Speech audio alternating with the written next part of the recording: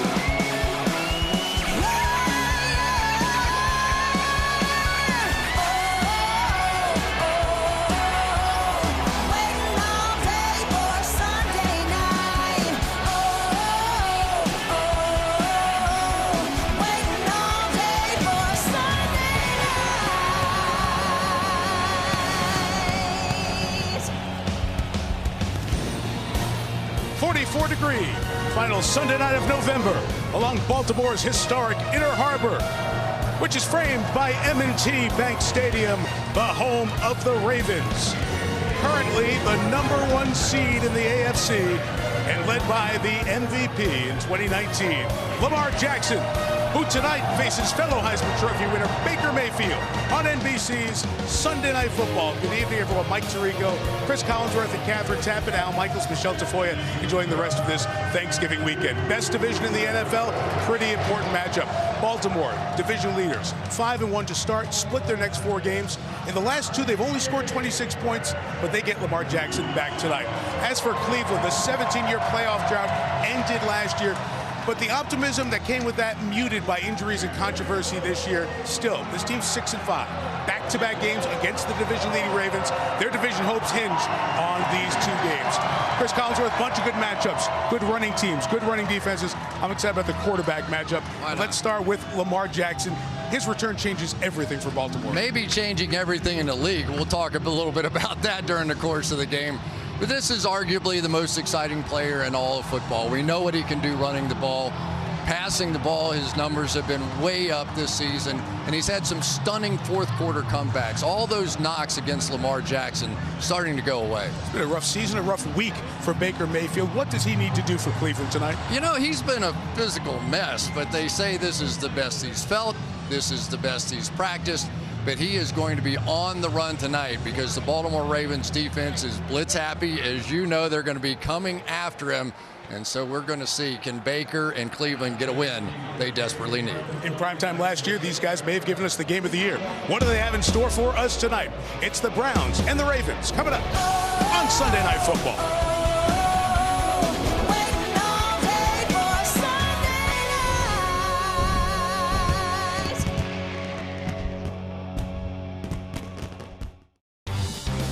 Sunday Night Football is brought to you by Hyundai Tucson and Santa Fe plug-in hybrid EVs. And by Untuck It, shirts designed to be worn untucked. Untuckit.com. It's getting darker earlier. Back home for me in Baltimore, it's getting pretty cold. And wherever you're from, and wherever you are, I think we all know, this time of year means something else in the NFL too. Time to stop messing around. Look, if you're gonna do something, this is the time to do it. Touchdown, Ravens! These are the games that matter more. The nights you prove to everyone in the league, you're gonna be a problem. And here in the AFC North, nothing ever comes easy, which is just the way we like it. So welcome to the perfect time of year to watch them ball out. I love it. Jada Pinkett Smith setting the tone. She is a Baltimore native. Here are the standings in the North. Bengals demolished the Steelers today, so Baltimore has to win to stay alone atop the division. A Browns win brings the top 3 teams within a half game of each other. And Catherine Tappan, Cleveland for the moment near the bottom, but not that far from the top. Yeah, Mike, the Browns have never won the AFC North since realignment in 2002, and they haven't won a division title since 1989. But that may be their easiest path to the playoffs, considering 4 of their 5 losses have come against current AFC contenders. Now, the good news for the Browns is they are getting healthier tonight. All-pro right tackle Jack Conklin, who missed the last 3 games with a dislocated elbow, and running back Kareem Hunt, who missed the last 5 with a calf injury. Now, for the Ravens, Lamar Jackson is over his illness that caused him to miss last week's game and told us he's feeling great and ready to go. Head coach John Harbaugh echoed those comments, said Lamar is at full speed. He even tracked his fastest time of the season at practice this week at over 20 miles an hour. Mike? Fits with 120%, he said he felt. Marshall Yanda blocked for a lot of Ravens for a lot of years. The 2-time All-Pro and Super Bowl champ, part of the NFL's all-decade team. The guard is honored here just before kickoff. And speaking of pretty good, how about the best kicker in the NFL, Justin Tucker, set to kick for the Ravens, who won the toss and deferred to the second half. So JoJo Natson just activated by the Browns, set to receive. Temperature in the 40s. The wind is light, and off we go from Baltimore. Natson, a good speedster, takes it from the goal line. And his return to the right. Doesn't get past the 10, but he tried to reverse his field. Stumbled for a moment, and a lot of running to only get out to the 15-yard line. Good coverage by Baltimore, and let's meet the Cleveland offense. Baker Mayfield, Lake Travis. Nick Chubb, Georgia. Jarvis Landry, the Jungle. Donovan Peoples-Jones, Michigan. Austin Hooper, Stanford. David Njoku, Cedar Grove, New Jersey. The U, baby. Jedrick Wills Jr., Roll Tide. Joel Bitonio, Nevada. J.C. Treader, Cornell. Wyatt Teller, Virginia Tech. Jack Conklin, Michigan State. I hope you notice those Pro Football Focus rankings at the bottom. 1st, 6th, 2nd, and 6th. Those last 4 offensive linemen. That is the strength of the Browns. The best running team in terms of yards per game in the NFL. Drive starts from the 15. Mayfield, first toss. Jarvis Landry, gain of 11 and a first down. Markham just the 26, maybe the 27, with a Patrick Queen tackle. So nice to get Jarvis Landry going right off the bat, but probably more important to get Baker Mayfield going right off the bat. He's had some of those physical ailments that we talked about. We'll talk about his throwing style and all the different things and how it might be hampering him. But to come out and get that first completion has to feel good.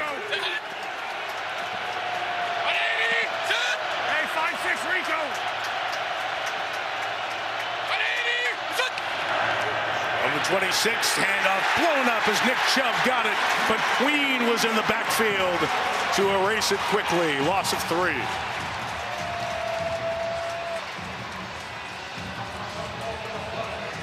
This is called a run blitz. This is when you are looking for them to make a big play in the run game and you're going to attack it. And now the passing game, just a 4-man rush. Mayfield out of his hands quick and complete to the far side to the 32-yard line. Harrison Bryant, one of the 3 tight ends the Browns use, with the completion there. So Baker Mayfield, we talked about what a season it's been with the injuries. What a week. He says now he feels the best he's felt in 10 weeks, but he was frustrated after the win over Detroit on Sunday. Walked right off the field, didn't shake hands, didn't talk after the game, commented about the fans booing him, his wife with an Instagram post defending him. He told us, reset button, Thanksgiving. Time to reset and let's go. We'll see how it does on the field. Kareem Hunt back in the lineup, on the field for 3rd down. And Mayfield throwing, wide open is Landry. In between the layers of the defense, Landry takes it to the 31-yard line. So Jarvis dialed in early, first down Browns. One of the nice things about having Kareem Hunt back in the lineup is you have this underneath guy, number 27 right there, that will draw coverage. He has been their 3rd down back, and with him out of the lineup, they just haven't been as efficient throwing the ball. Hot start, though, for Baker and Jarvis Landry. 2 hookups, 47 yards, first down pass. Mayfield with options, fires to Donovan Peoples-Jones, who couldn't hang on. Good coverage by Chuck Clark, part of the Baltimore defense.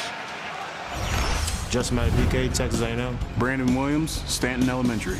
Justin Ellis, Louisiana Tech. Tyus Bowser, Houston. Josh Byes, War Eagle. Patrick Queen, LSU. Justin Houston, Georgia. Anthony Everett, Alabama. Chuck Clark, Virginia Tech. Brandon Stevens, SMU. Marlon Humphrey, Alabama.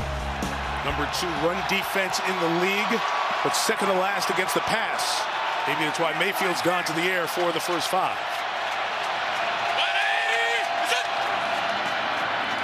32, it'll be Chubb working to the left.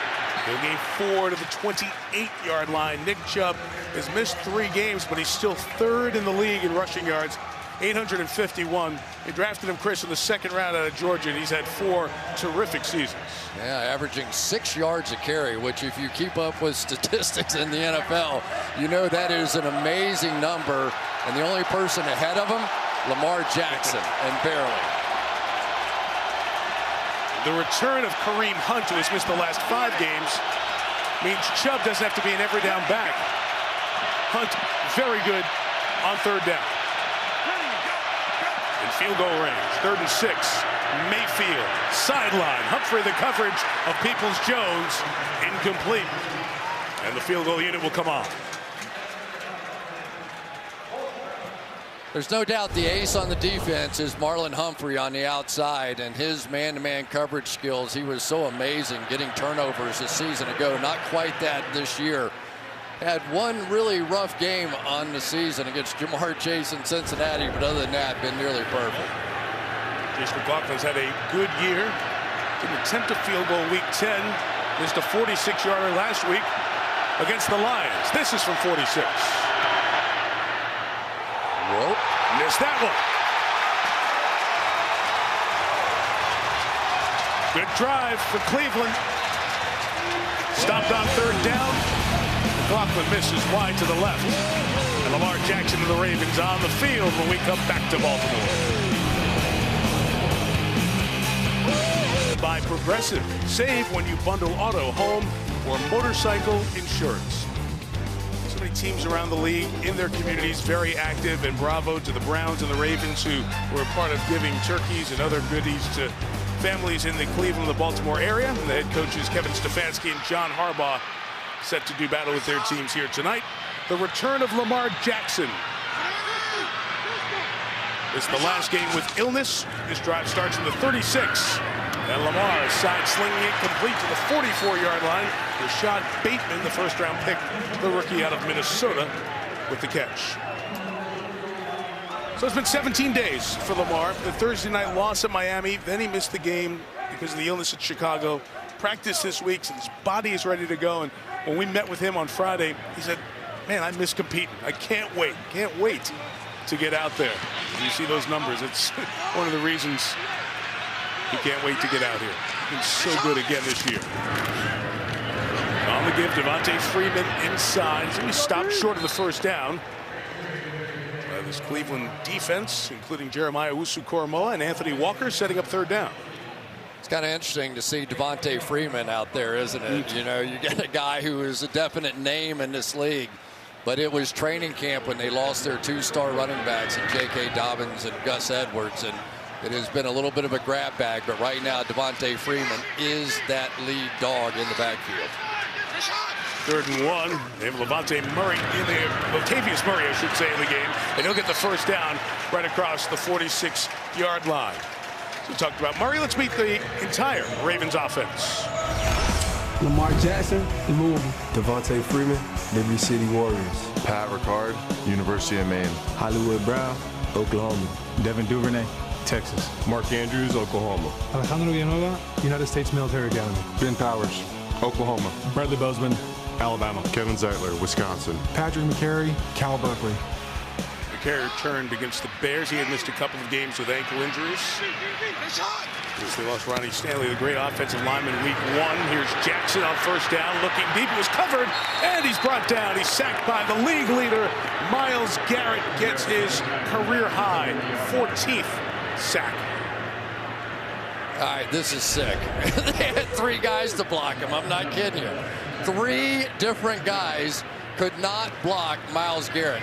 1, 2, 3 big guys on the field, and it didn't matter. He went through everybody. There's the first one.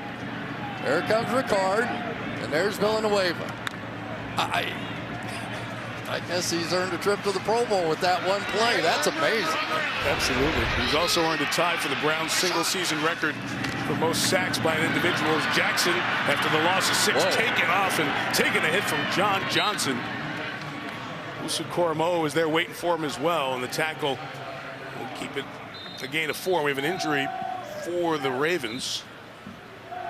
It is their center, Bradley Bozeman, out of Alabama, twice a national champ with the Crimson Tide. And the athletic training staff is out to look at him. So as they do that, let's look at who's playing defense for the Browns tonight.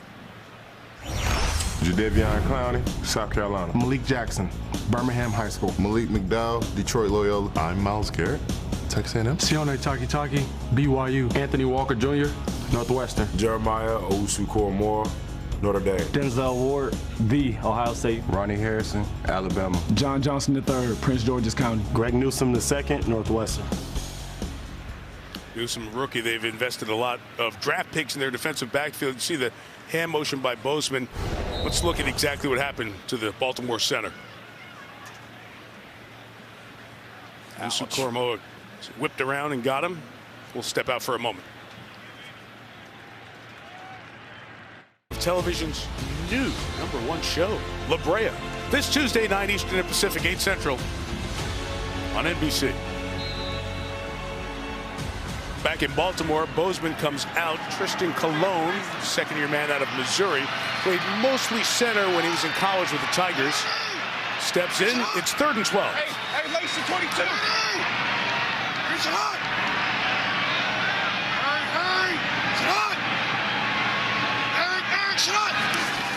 Browns end up bringing 6, and Jackson throws underneath. It's complete, but Devin Duvernay is going to be tackled well short of the first down. And Greg Newsome, that first-round pick out of Northwestern, gets the Ravens off the field. Well, this has been the test, really, for Lamar Jackson. We saw him in his last outing that they did not handle the blitz very well against Miami. Of course, didn't play in Chicago that game a week ago. But more and more and more teams are finding success blitzing against this Ravens offense. The best in the business for a long time. Sam Cook kicking, trying to pin them inside the 5, and he couldn't do it. It was all the way through and a touchback. So it'll be a 33-yard net punt. And the Browns will take over. Nick Chubb coming to the backfield for Cleveland. Yeah, Nick Chubb's one of those interesting guys. We were watching him a little bit this week, and you see him, he just stands straight up. He looks like he's taking a test for how tall he is or something. But the reason he does it is he can now see over top of his own offensive line and see where the safeties and the linebackers are, and he doesn't care. He does not starting a 100-meter dash. He's just sitting there checking them out. It's not like he's short for a running back. He's 5'11". It's around the size of many of the backs in the league. Yeah, towering for some. It's just his deal. Yeah, there he is. Love it. Please rise to honor Nick Chubb. Mayfield play pass, almost hit, got out of the pocket, and he'll live to not lose any yardage. In fact, they gain a yard. As Baker was on the run, you can just see him awkwardly walking back. All those injuries he has: foot, knee, heel, whole bunch of stuff. And he almost got had on that one. Tyus Bowser, who leads this team with 4.5 sacks, went right around the edge and just barely missed. He may have gotten a fingertip on him, but unable to get away. But it did look like Baker was limping a bit coming back. I think so. Say it's best he's felt in 10 weeks. Then you go out and play. 3 tight ends trying to pave the way with that line for Chubb, who gets to the 23-yard line. So we mentioned it when we showed the Browns offensive line how good they are. 157 yards a game. That's the #1 rush offense in the league. That's what the Ravens do, as they've done for so long. They shut down the run. Second best in the league. But right now, the Ravens are right where they want to be. 3rd and long, which opens up all their packages. Ordinarily, this is a heavy, heavy blitz team in this situation, but they have so many cornerbacks out. They've been doing less of it this year. Kareem Hunt is the back, 3rd and 7. Mayfield's got time. He'll swing it complete. It's a first down. Jamarcus Bradley will get across the 30 to 32-yard line. We have an injured Browns offensive lineman back here on the play, and it's Conklin who came back from a dislocated elbow, and he is down, and the athletic training staff rushing out to look at him. They were so excited to get Jack Conklin back. Dafe Owe is going to come right off the edge, and you just wonder how secure he was with that elbow to really jam it in there. And don't know what happened, but grabbed his knee immediately. Yeah, that's what they're looking at as they look at the veteran 60-year man out of Michigan State. And then he took a step and felt even more pain, grabbed towards that right leg. So we'll keep an eye on what happens with Conklin as they help him off the field. So he's being replaced by Blake Hance, who has been in a couple of different spots and starting because of injuries along that line. But this was a position that was new to Hance when he had to step in for injury earlier this year. He didn't take any snaps in the preseason at right tackle. The completion did get a first down for the 32. Mayfield throwing it. It's complete, but won't go anywhere as Harrison Bryant is stopped. Patrick Queen, and we've called his name 3 times already in this opening quarter. Now, this Patrick Queen has really been something. Just flying all over the field, leads his team in tackles. We saw him blitz earlier and get that tackle for loss early on against Chubb. He is pumped for this one. Cleveland's jumped into tempo, going quick a few times here. Mayfield, nothing open, scrambling, directing, and trying to sling it in there to Nick Chubb, who is blanketed. It'll bring up 3rd down. So Baker Mayfield, we saw this the Pittsburgh game, Chris. Go back. I was watching him warm up before that early afternoon game, that harness on his shoulder. He says he's kind of adjusted it from where it was when he first began to wear it about 5 weeks ago. Yeah, week 1, he didn't like it, and so they made some adjustments to it.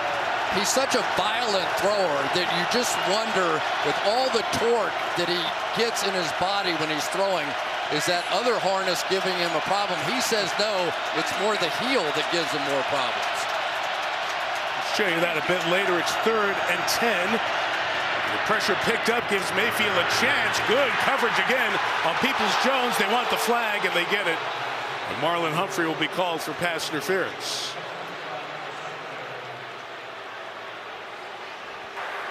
Pass interference.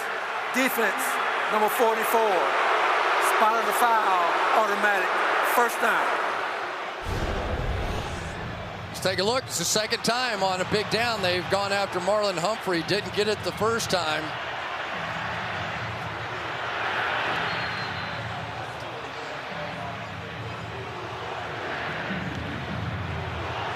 Jones couldn't get that left hand up, but there was a lot of physicality there. A lot. There was.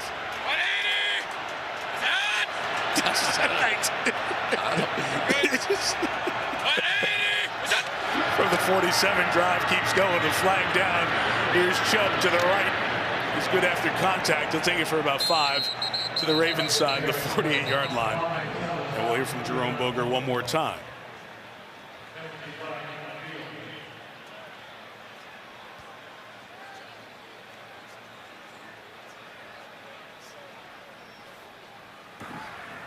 Illegal formation. Offense, number 11. 5-yard penalty. Replay, first one. So that's Peoples-Jones, the wide receiver.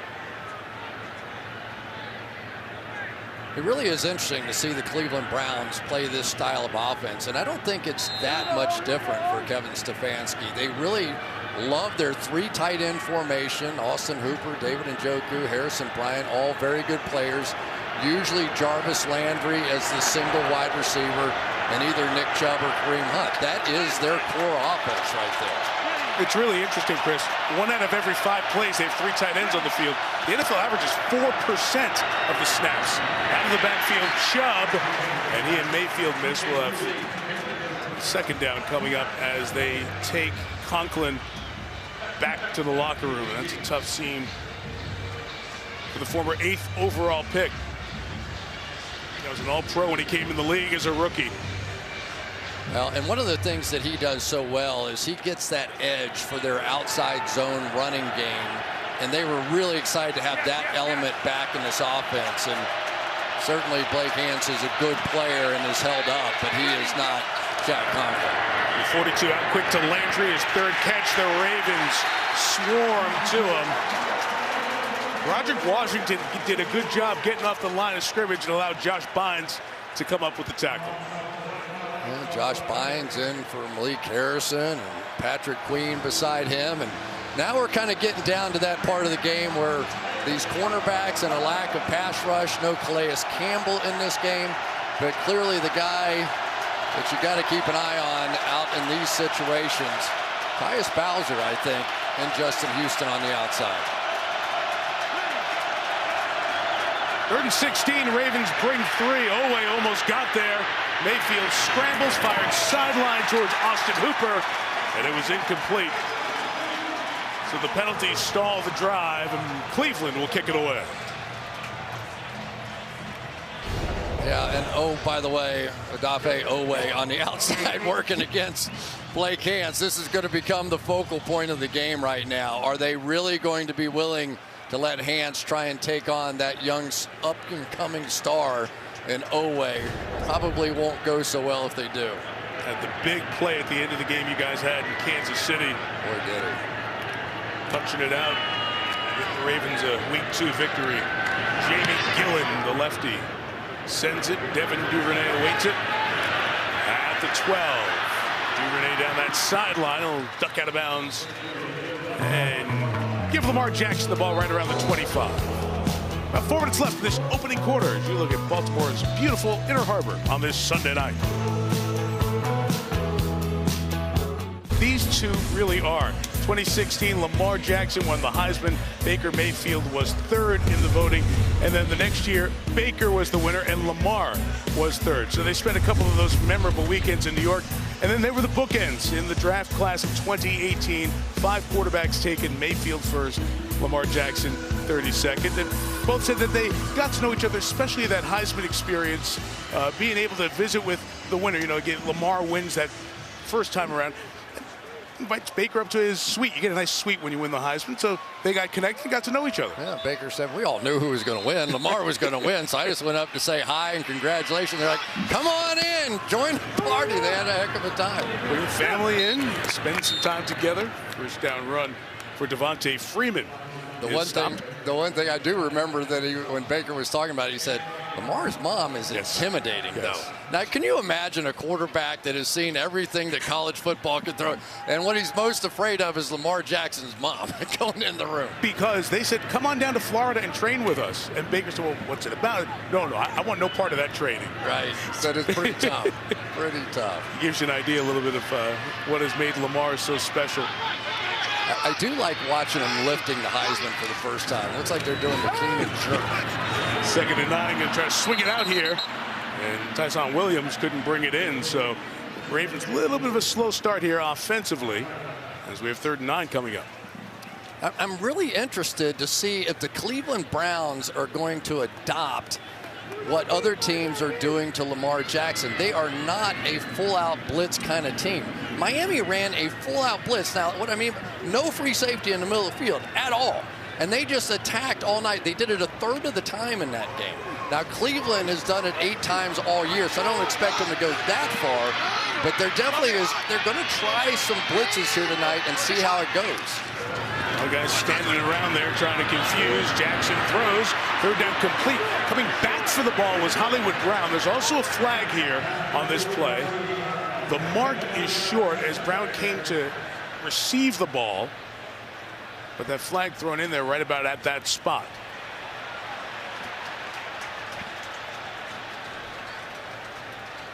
It's interesting as Hollywood came back to the ball. You know, he was close to that first down line. But then gave up ground. There is no foul on the play. 4th down. And when he comes back and gets possession, he's a yard and a half shy of the first down. Yeah, he's going to make a nice move. He gets down close to the line to gain here, but as he comes back for the ball, sort of gives it up and is going to try and make a run. But it was interesting. Cleveland did show a cover zero blitz like what Miami did to him, but came out of it. So more of a disguised fake. Ravens go forward, and it's interesting as the Browns ran 2 return men back, so there were fewer Browns up there, and they are able to get the first down with the personal protector, Anthony Levine. Now, there's conversation here. Cleveland's wondering if they had enough time to get their guys on the field. Jerome Boger in conversation. Let's listen. There is no play on the field. The ball was snapped before the ball was made ready for play. We're going to replay 4th down. So forget the fake, and the Ravens are very upset with that. Couple of things. You have subs. You got to get the ball. There's also the change of a ball from a regular ball to the kicking ball as well before the official blows it ready for play. So here comes Levine right in, and so everything what you're going to see right here is going to be fine, right? It's just going to be power football. From the wider angle, you could see the 2 kick returners were nowhere close to being back on the field in time and having an opportunity to substitute. So it was never blown into play, if you will, and that's the reason they're taking that play off the board. And the old special teams guy, John Harbaugh, did not like it. Well, once again, the same deal is going on, and they are giving the Browns the opportunity to substitute because the Ravens, in this situation, came out with Lamar Jackson for 4th and 2 to try to go for it. And Cleveland will take a timeout, and a flag is thrown. This is just bizarre. Timeout taken by Stefanski. I don't know if the Browns have too many people on the field. They do.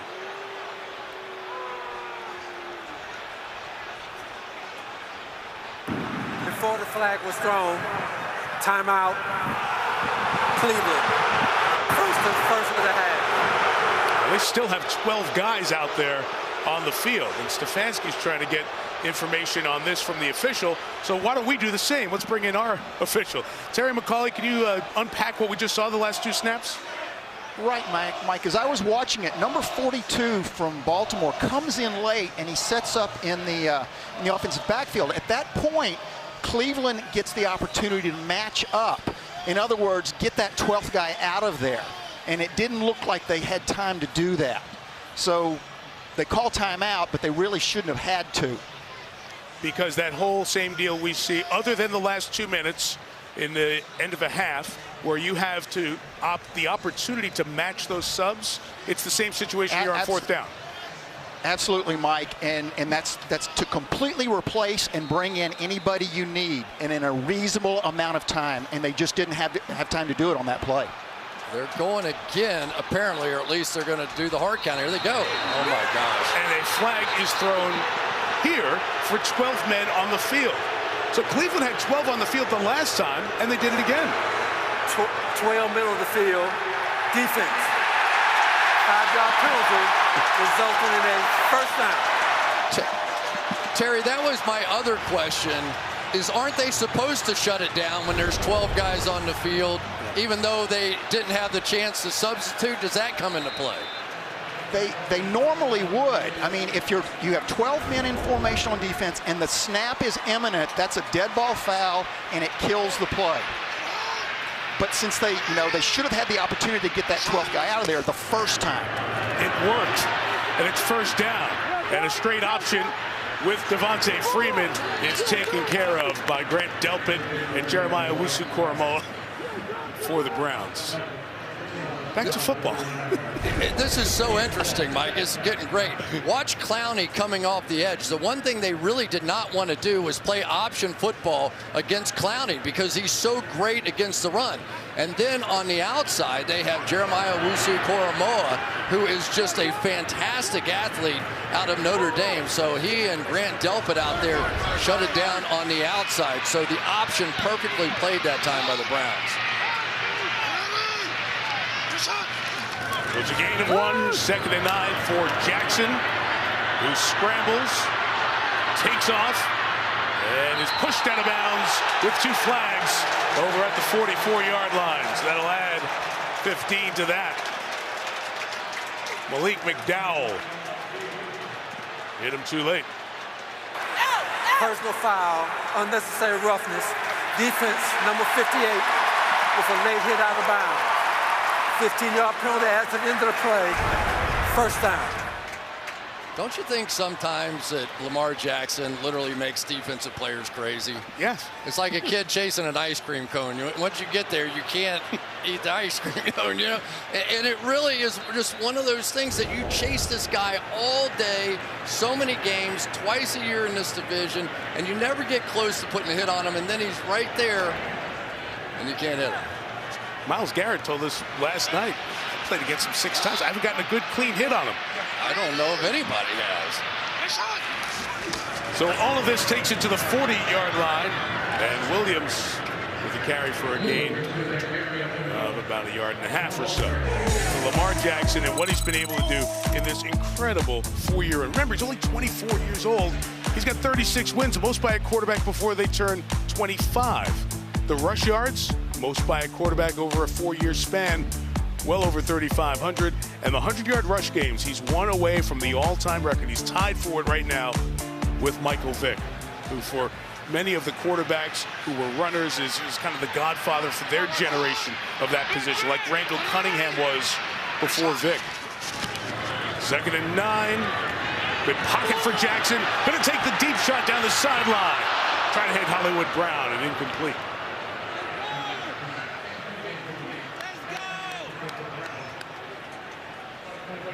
Matchup that the Ravens did like. They felt like if they could get their speedster on the outside, Hollywood Brown against Greg Newsome. Now there are some quicker guys out there, Greedy Williams, who they might have passed on, but when they get that one-on-one, I think you're going to see the Ravens take it all night.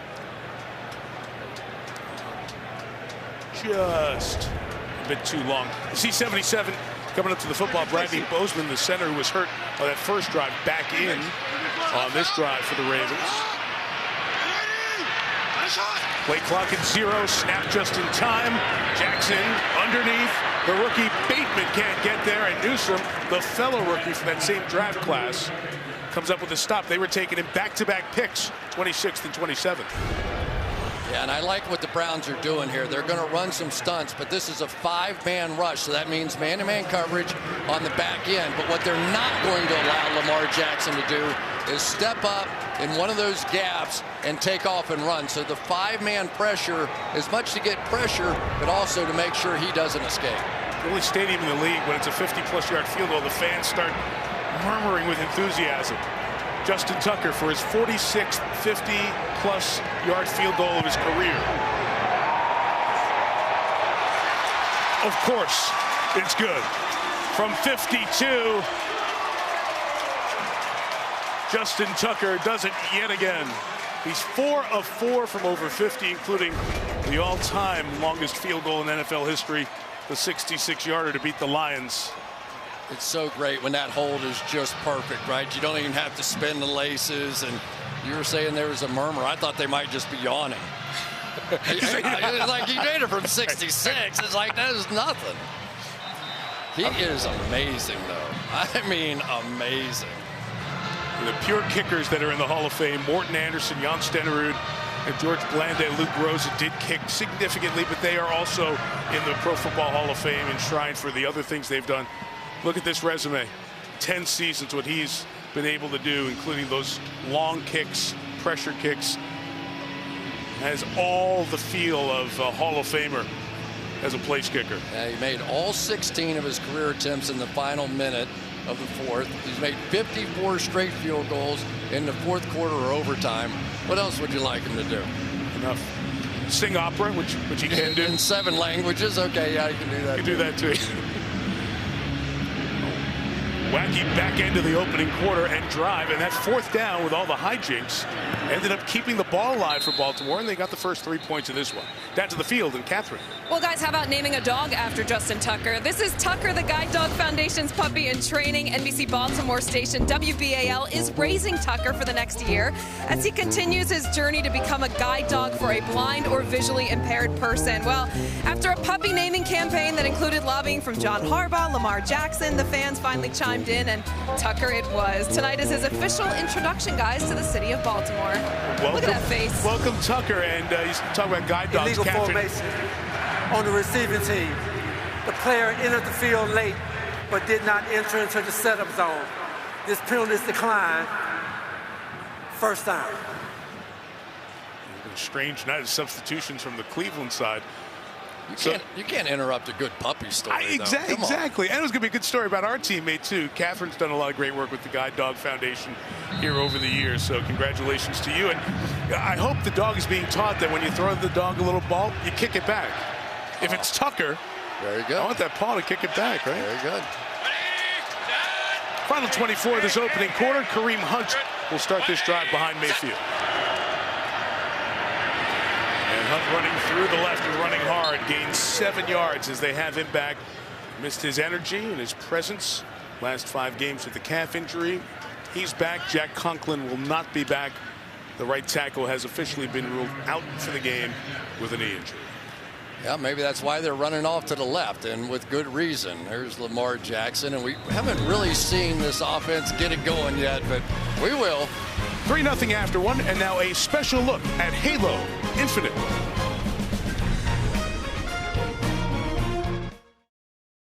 Charm City, Baltimore, Maryland. Beautiful today, clear and 52. A lot of folks walking around, starting their holiday shopping. Back here inside M&T Bank Stadium, Mike Tirico, Chris Collinsworth, Catherine Tappan. 3-0 Baltimore, despite the Ravens only with 32 yards of offense in that first quarter. 2nd and 3 from Mayfield. It's Kareem Hunt again. He'll be just shy of that first down, right around the 35-yard line. Chris, when we asked the Browns last night about getting Kareem Hunt back, they all talked about his energy in addition to his play on the field. Yeah, no question that just having him back in practice was a bit of an uplift. He has one of those kinds of personalities. But I think the bigger thing for me is what he does for them on 3rd downs in the passing game. He's a power runner, or in fact, if you need him, he is an excellent receiver. 3rd and 1, he has it. Slam it inside and get the first down. Patrick Queen in there with Christian Welch on the tackle. All right, let's take a look at the Walmart Plus 4K Skycam. Love it when we do this. We go inside the game a little bit. This time with Patrick Queen, we talked about him going sideline to sideline, how fast he is. He leads his team in tackles for loss. There's another one right there. But the ability to see a screen or something wide and get there before the tight end or the running back can, it's why he is one of those up-and-coming players in the league, Patrick Queen. Hey, we gotta go there. Hey, we gotta gang push this. 1st and 10. And Hunt's run to the right is stopped by that defensive front, missing Calais Campbell.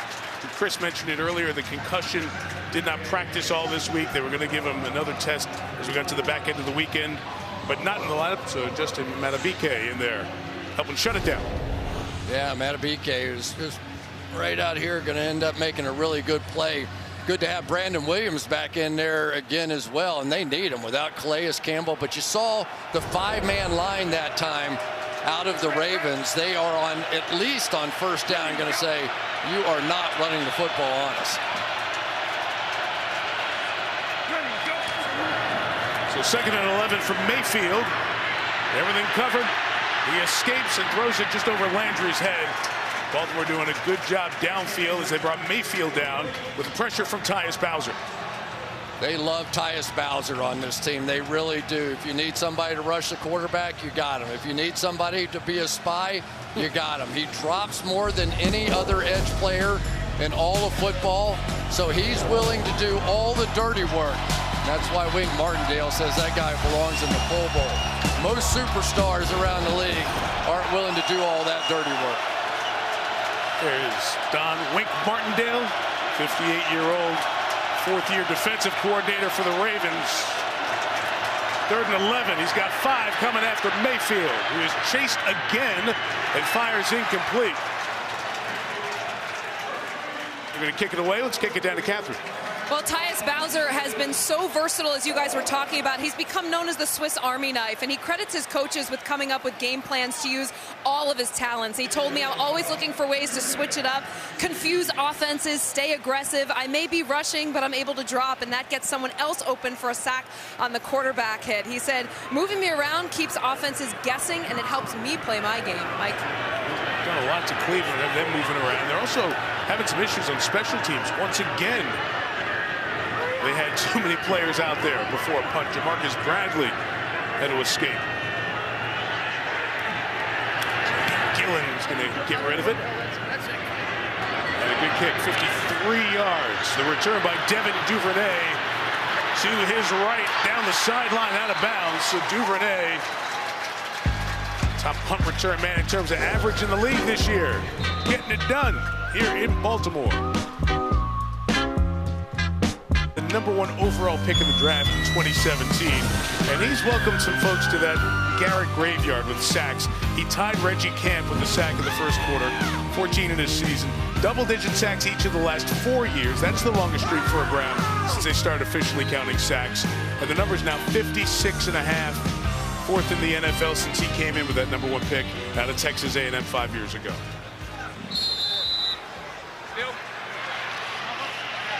Start talking about sacks in November, and you're at 14 now. And then you start thinking, could he get the record? Could he get to Michael Strahan's single-season record? Extra game to do it this year. Lamar Jackson strung out. Jeremiah Owusu-Koramoah stops him for no gain.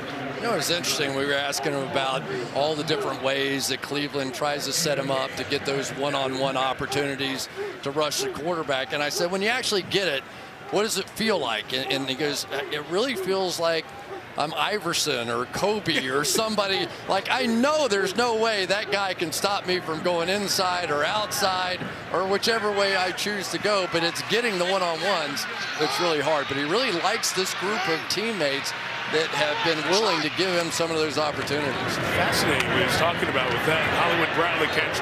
Sneaks under the tackle, marked with the 41. 3rd and 4 coming up. So you have the extra game, but Strahan's sitting with the record 22.5. Can Miles get to 23? You see the work he'd have to do. He's 2.5 behind the pace. So we asked him about it. Are you thinking about it? And he said, yeah, you know, those 9 sacks last 5+ games. Who isn't interested in that? If I get 23, maybe they'll send me to space, like Strahan. He found out this week he's going up into space. I think Lamar would be willing to send him right now. And pay for it, too. And it's a pretty penny. 3rd and 4, and Lamar will fake it and keep it and stretch it, and he is brought down. Short look like. Job in pursuing, and he'll bring up 4th down. Takk McKinley, who you mentioned, one of the players they're using to try to mute the great skill set of Lamar tonight.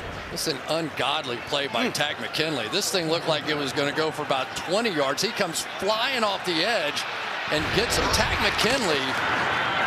4th and short, here they go again. Lamar trying to power run it, and I think he might have broken the plane of where that 1st down mark is, just with that little lunge, almost like he was at the goal line. The mark, he had to get to the 45. This drive started right on the 35-yard line. He did, and it's a 1st down. That's a couple of times on 4th down they've gone for it. You know, Mike, it's amazing to me that everybody in the building knows that they're going to run quarterback power to the left. Every time they need a play, in the Kansas City game, when they need a play, quarterback power to the left. And it seems to always work. 1st down, Jackson again. This time he finally gets it to Mark Andrews, who leads this team in receptions. And the tight end with a gain of 8. You know, when a quarterback starts getting a little cocky out there, you get throws like this. You just sort of drop down, you see an arm up, and I really do think that sort of the Patrick Mahomes of the world, you know, and all quarterbacks, you see them all, they're playing with it, they're practicing it, Aaron Rodgers, everybody now. Run for a 1st down with Latavius Murray climbing through to the 42-yard line. So the Baltimore offense getting a rhythm here for the first time in this game. About 6 minutes into the 2nd quarter. The guy helping to orchestrate that, Chris, Greg Roman. Yeah, I could go on and on about Greg Roman, and I think he deserves a lot of the credit for the success of Lamar Jackson. Remember, he was the guy that structured this offense around Colin Kaepernick as well. And Colin Kaepernick was tremendous, and Lamar has picked up right where he left off. Murray tried to bounce that to the outside. Jadeveon Clowney's had enough of that. He'll throw him down for no gain. That's right. When you go back 2011 through 2014, it was the conversation similar to what we're having about how different the offense is. That was San Francisco. Now it's Baltimore, and Roman was the mastermind in both places. Yeah, and John Harbaugh is very proud of the possibility that the success that they've had with Lamar Jackson is going to open up opportunities for other young men to come along, people that don't look like Tom Brady necessarily, and have opportunities to play quarterback because of what Lamar Jackson and this offense have been able to do. Fake that and take off here, and Jackson using that speed and using the smarts to get down. First down for Lamar at the 29-yard line, a gain of 14. The one weakness they felt like that Myles Garrett has is with some of this option game. He just does not play it as well as Jadeveon Clowney does on the other side. So when these games really start getting important and they start getting the option game going, I think you're going to see them going left much more than they go right at Clowney. Man, you can almost see it. Garrett's like, what, the ball's not there? He turned around like, darn it. I think our cameramen are amazing if they can follow it. Anyway. Lamar faking. Covered deep, going to shoot it down there to Andrews anyway. Incomplete. He had Bateman in the back, who was well covered. The pass falls incomplete. Will bring up second down. It is a ridiculous number of touchdown passes that they have thrown on seam routes on this football team. I mean, they just hit a little grab of the face mask there as he was getting out. I think that's what the crowd was murmuring about again, but this is their play. They get down around the 30-yard line, and this is what they want to do. Right, Chris, and they murmured the first time, so whoever's running the video board ran it again. Double murmur. Look at Ronnie Harrison. It's the distant cousin of the double doink. Jackson on the run, on the edge. Trying to reach out for that first down, takes the hit. He'll be a yard short of it. Anthony Walker Jr. came over from the Colts, was the man chasing Jackson. I mean, you get Anthony Walker, who's a good athlete, playing the middle linebacker position, number 4 right here. Watch when this turns into a foot race. And this happens game after game after game. Now remember, the field's only 53 1/3 yards wide. So you only have half of that. That means you're winning a 100-meter dash by about 15 meters if you're in a longer race. 3rd and 1, and he will keep it inside for the first down with Devontae Freeman. Walker makes the tackle with the Ravens' best-looking drive for either team right here, trying to extend their 3-0 lead. We talk about all the fancy stuff with this Ravens offensive running game, but so many times it's just the big power plays. Oh, and there's Ronnie Harrison down, who has really helped. You can see double team, and you'll get the same double teams on the other side. And typically they like Latavius Murray in these power situations, but Devontae Freeman has proven himself worthy of those plays as well. He's a tough guy running inside too, and Ronnie Harrison is a significant part of this defense when you're playing against power running teams like the Ravens. They're looking at the right leg of the starting safety for the Browns, and will step out.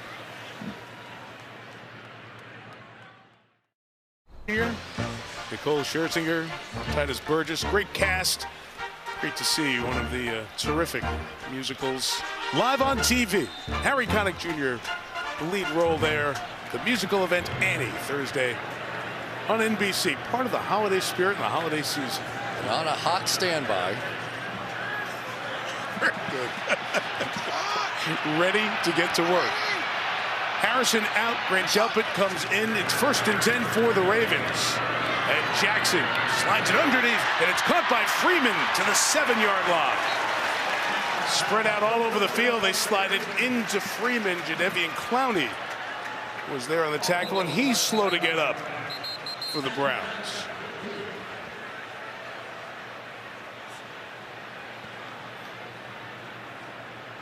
#1 pick in the 2014 draft being looked at. Let's take a look at this throw. Watch Garrett going right down. It's like playing dodgeball, only the opposite way around. You're trying not to hit him with the ball. And he dips it down underneath his arms. And I'll tell you, let's take a look at Clowney here, see what happened to him.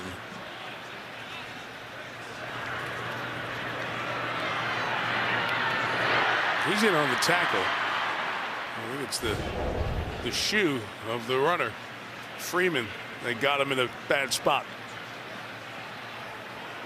Has Jackson lifted the ball over his shoulder to throw tonight? It's not much. He's got it just above shoulder height all night, right? He just always looks like he's having fun to me. Yeah, he does. Like, you know, like a kid in the schoolyard. He's just having a good time out there, and nobody can catch him.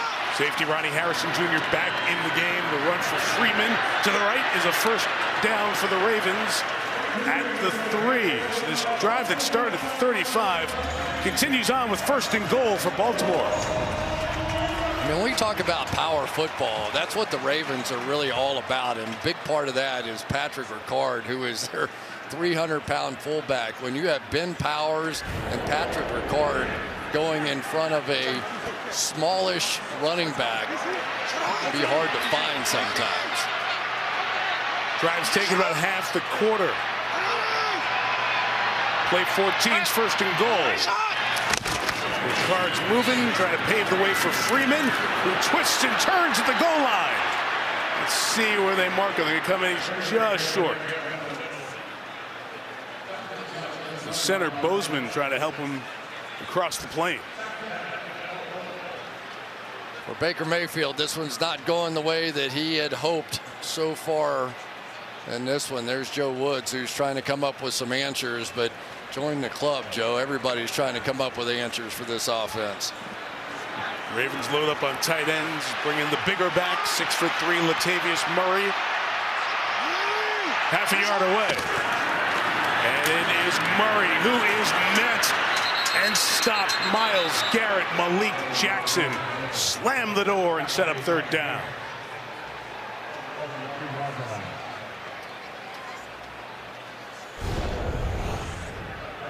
There's Malik Jackson on that side, and you're going to see Myles Garrett come jumping inside as well, the block, and just be able to stuff it up together. Those two guys, they talk about dynamic leaders. Malik Jackson sort of head of that class. They do so much with the talented Jackson here. 3rd and goal from the 2. Lamar's going to keep it, flip it to Ricard. It got deflected. Garrett, sack earlier. Run stop a play ago, deflection there. And Harbaugh's been pushing it on 4th down, and I think he's going to go for it here. Yeah, dodgeball this time. It was Myles Garrett that came up with the win. And the fact that he can jump and make that play for a guy who's a pass rusher, don't be surprised. We've all seen the footage of that guy in the weight room. No kidding. 6'4", 270. Lamar Jackson, like earlier in this year, we're going for it, coach. I got it. Harbaugh agrees. They'll go, but false start, Kevin Zeitler. And the field goal unit comes on. Offense, number 70. 5-yard penalty, still 4th down. Big stretch in this game, those 2 stops and then the false start. Yeah, when you see Kevin Zeitler fall forward like that, it probably was not going to be a drop back pass. They had everything going forward on that one. Kevin Zeitler's been some fine, though, for somebody that was cut earlier in the season. He hasn't given up a hit on the quarterback or a sack. 25 yards, Tucker. About as automatic as you could imagine. He is now 80 of 80 with field goals inside of 30 yards in his career. Now, if I was really gutsy, I would have said that before he kicked. But I kind of played it safe down the middle. Look at the height of Garrett to prevent a touchdown pass. Is it a mixed message at all that you walk straight off without celebrating on the field after the game? I mean, to our guys, no. To you guys, maybe. It depends on how you want to take it. You're going to write your stories regardless. I mean, my guys know that all I care about is winning, but I'm going to be frustrated if I do stuff to make it harder on us. And I did yesterday. It was a 13-10 win over the winless Lions. Baker Mayfield, no, go check out the other quarterback. No, glad he just took off. You saw he was disgusted. That's part of who he is, a very determined player. And his coach, Kevin Stefanski, said, we've seen a very determined person in practice this week. After that touchback, we're also seeing the guy dealing with a lot physically as well. No question about it, and you can already see it in this game as he's running around the field there. He's going to land on his shoulder, and then he comes back. You can see him grabbing that and now limping off the field here. That heel is really bothering him. And then you got, it's just they're trying to do anything they can to keep him out on the field. But mobility is such a huge part of his game, and when that's limited, I think it limits how he throws the ball too. It's such a unique kind of throwing motion. Had a good first drive, but nothing since. This is the fourth drive of the night for the Browns, and Mayfield lays it up, and it's going to be caught downfield. Big catch for one of his good tight ends, Harrison Bryant, who goes down hard, but gets a first down to the Ravens' 34-yard line. 41 on the gain as Bryant limps off. Yeah, and this is strictly a product. Why are they keep doing this? They're doing it because the Ravens are determined on first down. They're going to shut down that running game. And so just like they did against the Lions, they're like, okay, you're going to do that. Yeah, we want to run the football, but we're not going to pass up the gimmies here either. Bryant, best tight end in college football, the Mackey Award winner when he came out 2 years ago. When you saw him go awkwardly down, his leg got pinned. He tried to come off the field, but about halfway across, he realized he couldn't make it.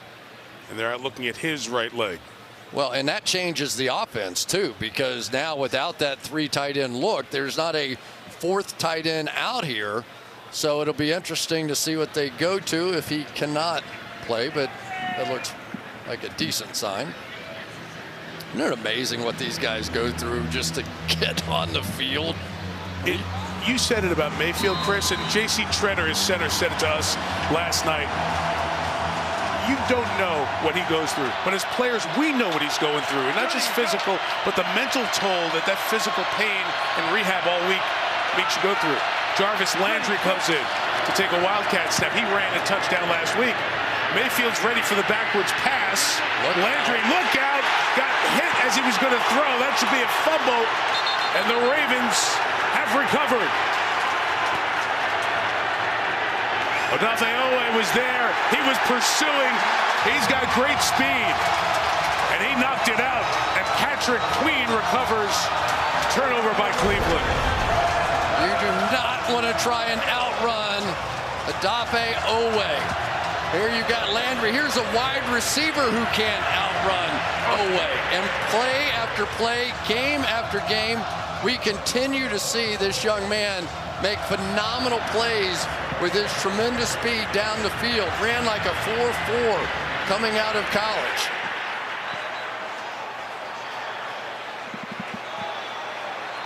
Kevin Stefanski, that Baker Mayfield trick in the bag is one that they've pulled out often, and it's worked very well. But Owe said no way that time. The man out of Penn State slipped in the draft because of his sack performance in college. Feels like a star defender in this league going forward. Pass is complete. As Jackson hits Rashad Bateman for the first down at the 48-yard line with 2:50 till half. As a wide receiver, you just don't think somebody's going to catch you from behind when you're running. Well, there aren't many Owes out there. A big swing in the game here. Jackson in the middle. It deflected, and it is scooped up by Denzel Ward. He gets the interception on the deflection. Sees black shirts wherever he goes and calls it a day. We'll see if he was able to scoop it clean. On the field, it looks like an interception. Ronnie Harrison, who was down earlier, is down again for the Browns. The ruling on the field is a tip pass intercepted by the defense. First down, Cleveland. Double tip and a good catch. What a play by Ward. Yeah, I think it was Bateman who got his hands on it. He was the crossing route that came underneath it and reached up, and he was like, why are you throwing it so hard to me? And he didn't realize there was another receiver in behind him. Can this game get any more bizarre than what it's been? Well, we talk about how tight it is in the AFC North and the kind of battles that these teams have within the division, and there are a lot of them the rest of the way. Kind of like this. They are full-fledged street fights. Baker back on the field, the 47-yard line. 2.5 to the half. Landry with a block from Peoples-Jones. Gets inside Ravens territory, first down at the Baltimore 42. Are you surprised at all they got the ball right back to Jarvis Landry after that? That's an angry guy. Now, he will give you a Christian phrase or two as you make contact with him.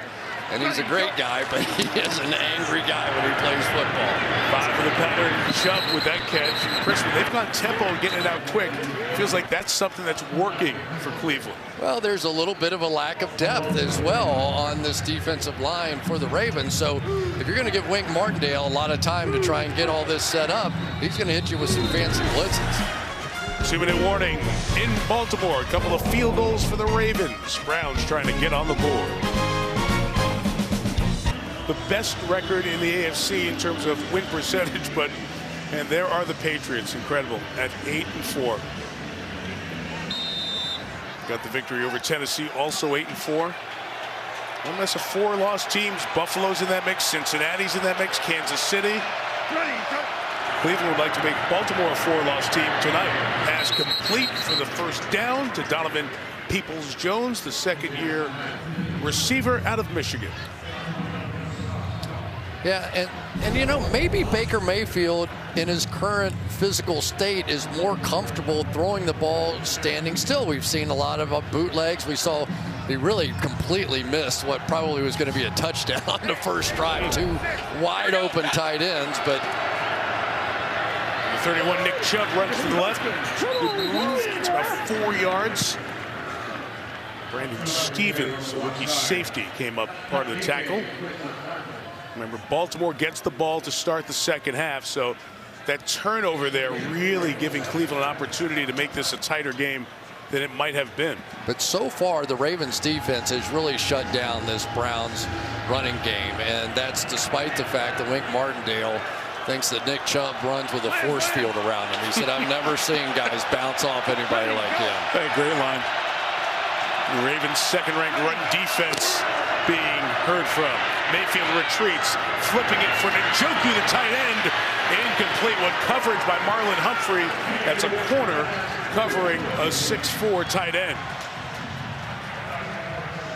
Yeah, well, don't be surprised when Njoku is the deep threat, even though he's going against Humphrey. Why they keep going against Humphrey, I have no idea. But Njoku can run. He's a 7-foot high jumper. I mean, this guy is a legitimate athlete, but Humphrey is one heck of a player himself. Boy, do they need to pick up this first down. The Browns could steal this first half.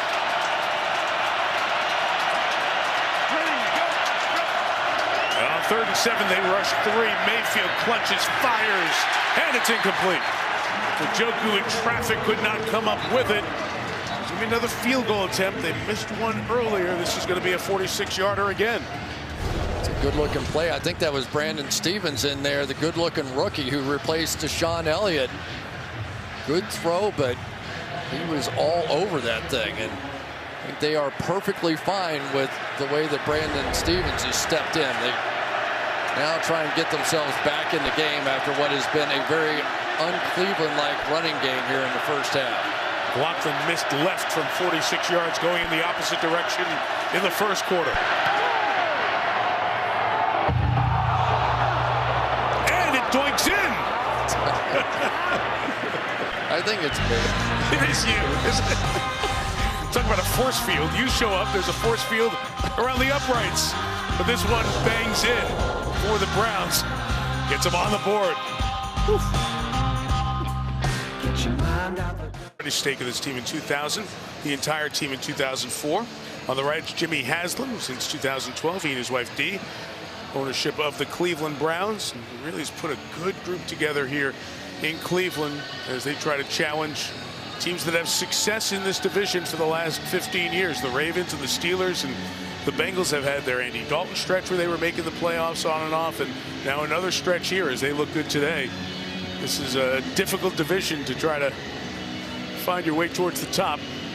Browns are doing that. Made the playoffs last year, 6-5 this year. 3-point game with 1:02 till halftime and a full complement of timeouts for Baltimore. Touchback, take it back to 25-yard line. So you talk about this rivalry, of course, intertwined with the history of the move of the Browns to Baltimore and the history staying with the new Cleveland franchise. But since that franchise has been constituted, look at the numbers: 33-11. The Harbaugh era, 22-4 against the Browns, one of the best by any coach who's coached 20 games against another team. And since '99, season sweeps have been the way for the Ravens most often, including last year. They did play that memorable Monday night game. There was still a season sweep for Baltimore last year. It's meeting one of back-to-back meetings for the Browns against the Ravens. Jackson's picked off in the middle of the field. And it's a great opportunity for Grant Delpit to come up with a pick. Back-to-back plays. Jackson's been intercepted. And the Browns have it in excellent field position. Pushing after the play. And the Browns are off to celebrate their turnover. Just did not see the lurker. This is a one lurk defense, and it is going to be the safety that sneaks down that'll pick off this crossing route. And that's one of those Lamar Jackson just never, ever saw. And it's Delpit in for Ronnie Harrison, who I mentioned got injured on the last interception and was injured earlier. Yeah, they were playing a lot of three safety looks back there, though, with John Johnson and Ronnie Harrison and Grant Delpit. Delpit was a high draft pick, second round out of LSU, tore his Achilles last year and really missed all of football, but they're excited about the way that he's playing in what they're calling his rookie year. Wow, what a chance here for the Browns before halftime. Mayfield for the 28.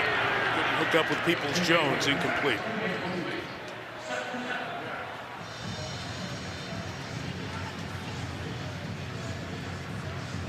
They just don't seem to have that deep threat right now on the offensive side of the ball. You know, we can talk about Odell Beckham. He had a nice long touchdown today for the Rams, but they elevated JoJo Natson just to get a little speed on the field because Anthony Schwartz not there. So it's sort of a shrunken offense right now for these Cleveland Browns. Schwartz, a rookie, they drafted him for the speed. Out his second game. 2nd and 10. Pressure on Mayfield, trying to set the screen. It fell out of his hands. Nearly scooped up by the Ravens. They try to fall on it finally. And this mistake-filled end of the first half with possessions going back and forth. The ball belongs to Baltimore. It was Oweh with the pressure again. And Chuck Clark down there on the bottom along with Oweh. I mean, they had the perfect call on. They had a screen pass called, and somehow this ball just sneaks out of his hand. All that pressure was going to pay the price because they had this great call on, and Baker just lost control of it. I haven't seen a game like this in a little while.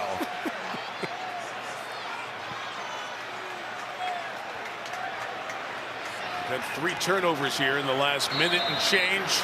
And Oweh's been around the ball. He loves Sunday nights.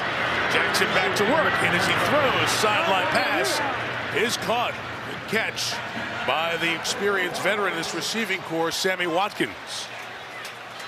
One of the dangers you try and cut Myles Garrett, as Alejandro Villanueva does here, is this guy's one of the great athletes playing the game of football right now. Think it's good? I'm good. All right. I know I hit a quarterback. I'm sorry. My body weight's on the ground. It's not on him. Jackson to run. Final 40 seconds.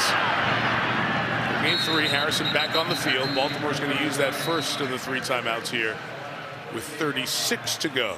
Well, and they know they're already in field goal range with Justin Tucker. I was just thinking the same thing. They're just playing for bonus points now. You were talking about, Chris, on that turnover by the Browns, that what they had called might have worked. Oh, my goodness. It looked like it was going to be great. Sneaking right across here comes all the pressure. Let him release. Blockers in front. Looked like it was going to be a big play. And for whatever reason, he did the little double pump on the first look at it. Maybe he had somebody blocking his vision of the back. But the second time he tried to pull it back, it was gone.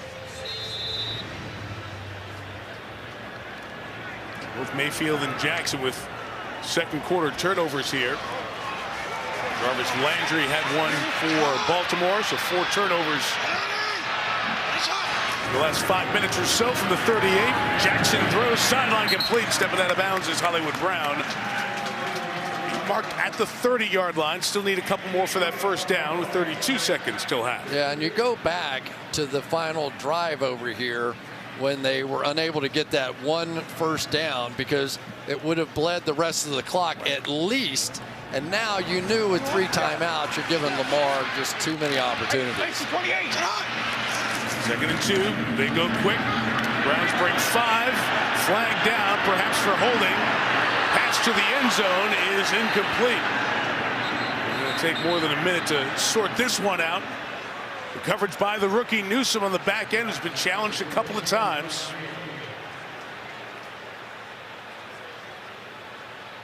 Take a look at Villanueva. Offense, number 78. 10-yard penalty. Replay 2nd down. I tell you, when you are a tall tackle and you get somebody on the field like Myles Garrett, wasn't quite as extreme there, but he has the ability to go underneath these tall tackles. He can turn and angle and contort his body in such a way that they're blocking down on him, and that's when you get a lot of those holding calls. 2nd and 12 now. Jackson's throw is intercepted. His 3rd of the quarter, and Ronnie Harrison has that one. Interceptions have been a problem for Jackson. He has 8 this season, now 11 with the 3 here in the second quarter. Well, this is 100% Lamar Jackson's fault. I mean, this isn't even close. You're going to see Harrison right there, and the route's going to come here, and that ball should be thrown that way, not back into the middle of the field. You could see exactly what Andrews was thinking. Okay, the defender's in here, I'm going to slide back to the outside. Instead, he threw it inside, and that was just really bad. So let's make sure he caught it here, Chris. Reaching out, hands came off it as he went to the ground. I think so. A little bounce in there, wasn't there? It may require further inspection. Let's see. Of course, inside of 2 minutes, so if they stop for a look, New York is waiting to confirm that it was turnover, and it is ruled a turnover, so it will be Cleveland ball. Do you think Kevin Stefanski saying, can we just take a knee, please? No, he was deep in the play card there. He was looking, trying to steal one. They're showing the replay on the board and reacting to what we saw, but New York has already looked at it, confirmed it. Mayfield, he's deflected. I told you. I told you. Man, I think the Ravens are really disappointed. They didn't take their turn of a turnover on that one. It's Matabike getting in here with his hand to knock it down. We had 3 interceptions in 6 plays, almost had 4 in a 7-play stretch.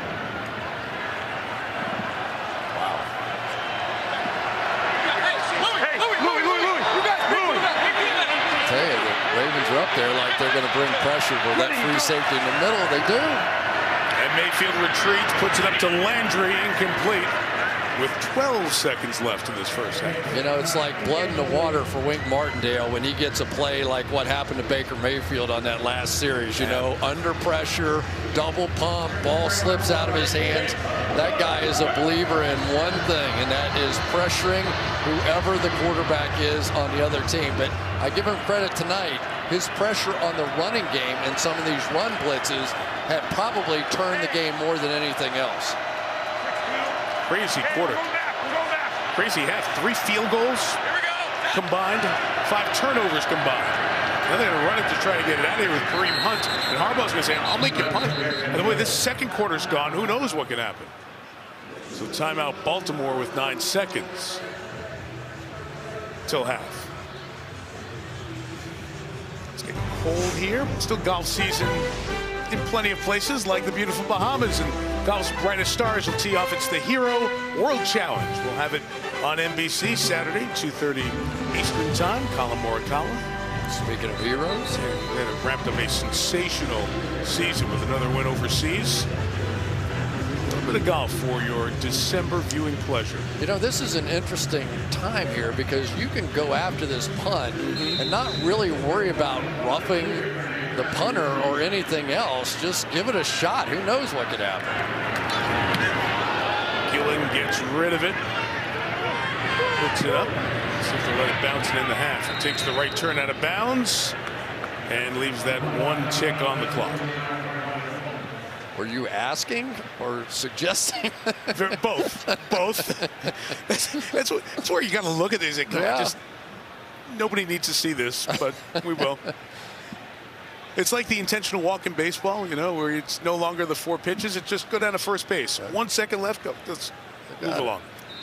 Baltimore's going to get it to start the second half, and Jackson will get to the locker room and figure out what's gone on here. The last 3 drives here ending in interceptions.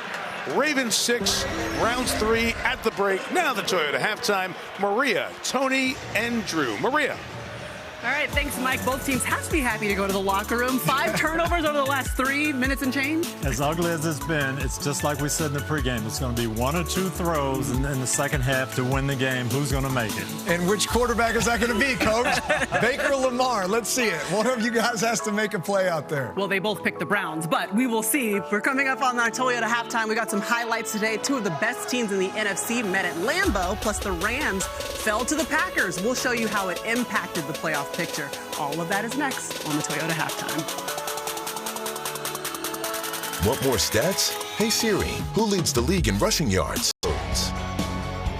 Stay tuned, it might get more bizarre. 6-3, Baltimore gets the ball to start the third quarter. Here in Maryland, the 3 interceptions in the second quarter by Lamar Jackson, equaling the most by a Ravens QB in 1 quarter. The Browns took it away by interception. 3 straight drives, haven't done that since Big Ben 15 years ago. The offense stalled.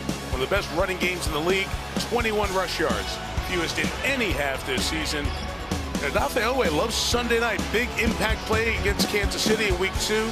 A sack, a forced fumble, and a fumble recovery in this first half. A first half that ended with 5 turnovers between the teams in the last 3 minutes and 14 seconds. Someone's going to have to clean it up and figure it out and find a way to get this win. This is a very important game, as Maria and Tony and Drew were telling you, in the very tight AFC playoff race.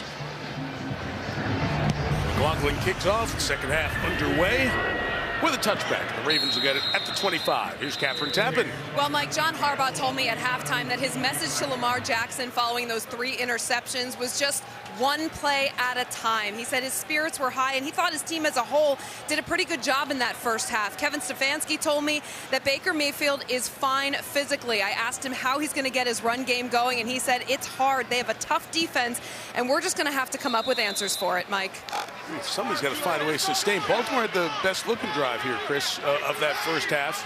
Neither one of these teams have looked like themselves so far in this first half, and the lack of the running game is the reason why. Flag down here, Latavius Murray thrown down for a yard. The flag came from the back. Holding. Defense, number 96. 5-yard penalty. First down. It's the interior line, Jordan Elliott wondering, what did I do? Yeah. Let's take a look and see what exactly he did here. He's going to come off the ball, and we know that a lot of times defensive linemen want to hold to keep their linebackers free. That's what they caught, which is pretty amazing. They used to catch that kind of stuff all the time when the umpire was behind the defense. Right. Much harder. Oh, here we go. Look at this giant jumbo thing going here. 300-pound tight end Patrick McCarry. Mark Andrews, the tight end, on the other wing. Moore's going to flip it out to Andrews. Ronnie Harrison, the safety, will push him out of bounds eventually, right around the 35-yard line. Well, let's go back and take a look at the second interception, and you're going to be able to see the lurk defense. The safety on the left is going to come down and steal it.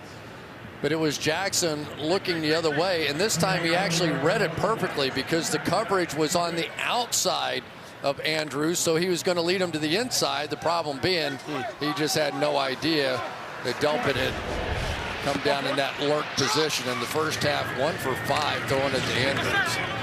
2nd and 6, and Harrison, who was injured in that first half, has come up with multiple plays here. He and Malik McDowell stopped Devontae Freeman on that run. It's 3rd down and 6. Yeah, I'm going to finish that sentence. 1 for 5 for 9 yards and 3 interceptions. Wow. That's one of the best combinations in all of football. So if you want to know why it felt weird, there's weird. And over the last 4 years, thrown to Andrews 5 total interceptions. It's been a good combo throughout the last couple of seasons, especially this year. Already 58 completions to Andrews. 3rd and 6. Hollywood Brown on the edge. Got a block. Got a first down. To the 42-yard line. Andrews catches a bunch. That time he threw the block to Spring Hollywood.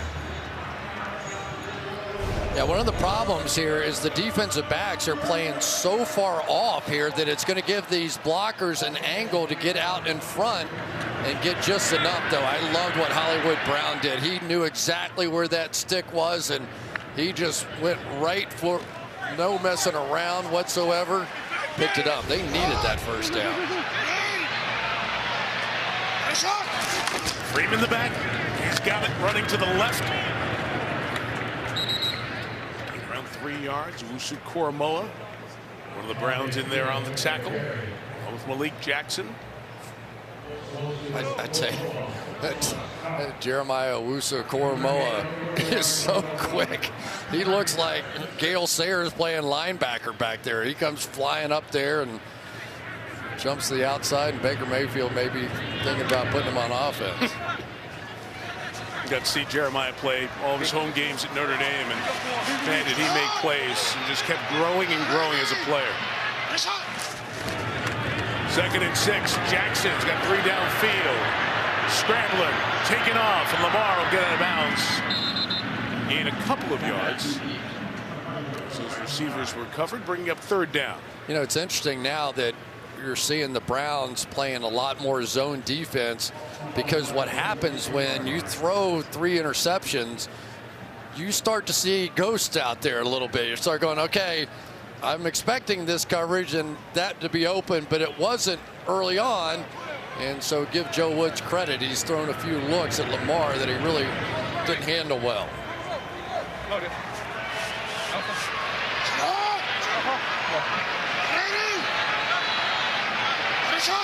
3rd and 4. Murray's the back. He releases as Jackson points, throws it downfield. Andrews got free. Lamar couldn't get it to him, but he caught it anyway, even with being pulled down by Ronnie Harrison. What a catch by Andrews. Pass interference. Defense, number 33. Spot the foul, automatic. First down. We're still having the conversation, catch or not. 38 yards on the grab if it was the reception. Well, that's why you keep throwing it to Mark Andrews. Yeah, you just go down there. This is Lamar ball here. He has one of the longest average depths of target in all of football for any quarterback. And the reason is because he has the kind of confidence in his playmakers to do crazy stuff like that. That was amazing. And how about the catch by Andrews? Interfered with, pulled down, one hand against the hip. Your tight end making the circus catch, one of the best catches of the week. In the red zone are the Ravens. Slamming it is Latavius Murray inside the 10 to the 8-yard line.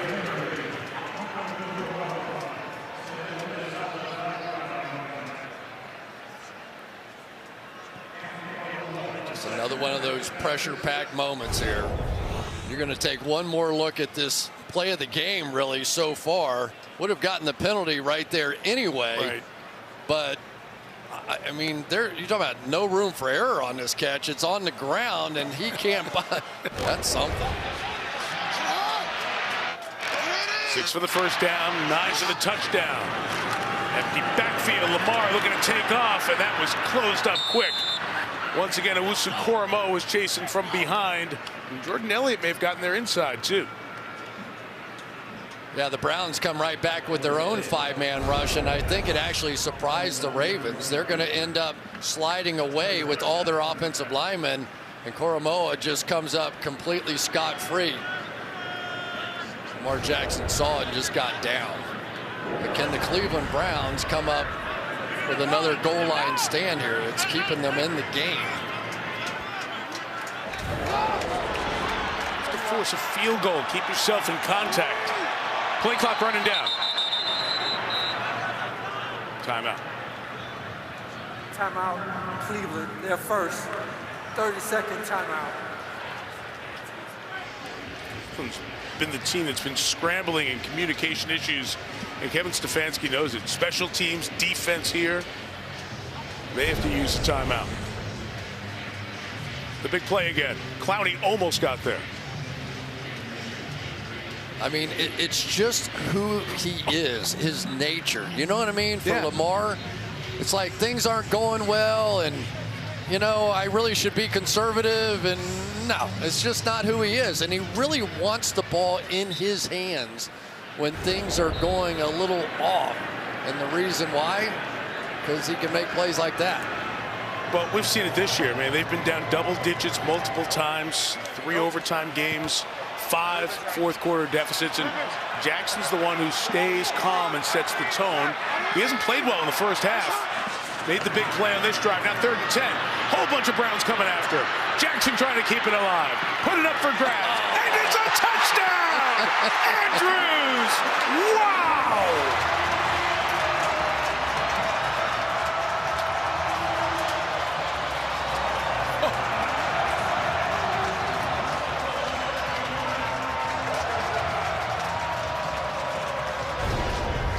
Mike, let me tell you how good this play was by Lamar Jackson. Not only does he beat the blitz, but at the end of it, his arch nemesis, Myles Garrett, comes over and shakes his hand. I know he said that was unbelievable. What are you going to do? Yeah, go ahead. Yeah, I don't know how you did that. That's oh, my goodness. Justin Tucker for the extra point. He knocks it through one more time. Oh, man. 3 interceptions in the first half. Things aren't going right, but this combination got them right. Jackson to Andrews. 2 circus plays, 2 spectacular plays. Garrett even got a piece of his arm. Andrews got the ball in the end zone. Well done, Lamar. Baltimore up 10. For the people, it's the People's Choice Awards. Hosted by Keenan Thompson. It'll be a good time. December 7th, live on NBC and E. Back at Baltimore Stadium, still buzzing after a little bit of that Lamar Jackson magic. It'll go down as a 13-yard touchdown pass, but you had to see it to really appreciate it. Line drive here by Tucker, and it stays on the good side of the pylon for the Ravens. Touchback to the 25. Back to that touchdown. Well, you just got to know what these pass rushers go through trying to run down Lamar Jackson. Garrett actually got his hand on the arm of Jackson, and he still scores the touchdown on it. So then you get 2 very different reactions from #1 overall picks. Garrett went over, shook his head. Jadeveon Clowney threw his helmet. Yes, it should have been a penalty, but I think for Myles Garrett, he went, he's good. Wow. All right, so let's see if Mayfield and the Browns can respond now. One scoring drive in that first half. Pass out quickly, caught by Nick Chubb. Broke a tackle down the sideline. He does that when he's running with the ball after being handed it. Gain of 16. Yeah, that time it was Patrick Queen that got the force field over there on Nick Chubb.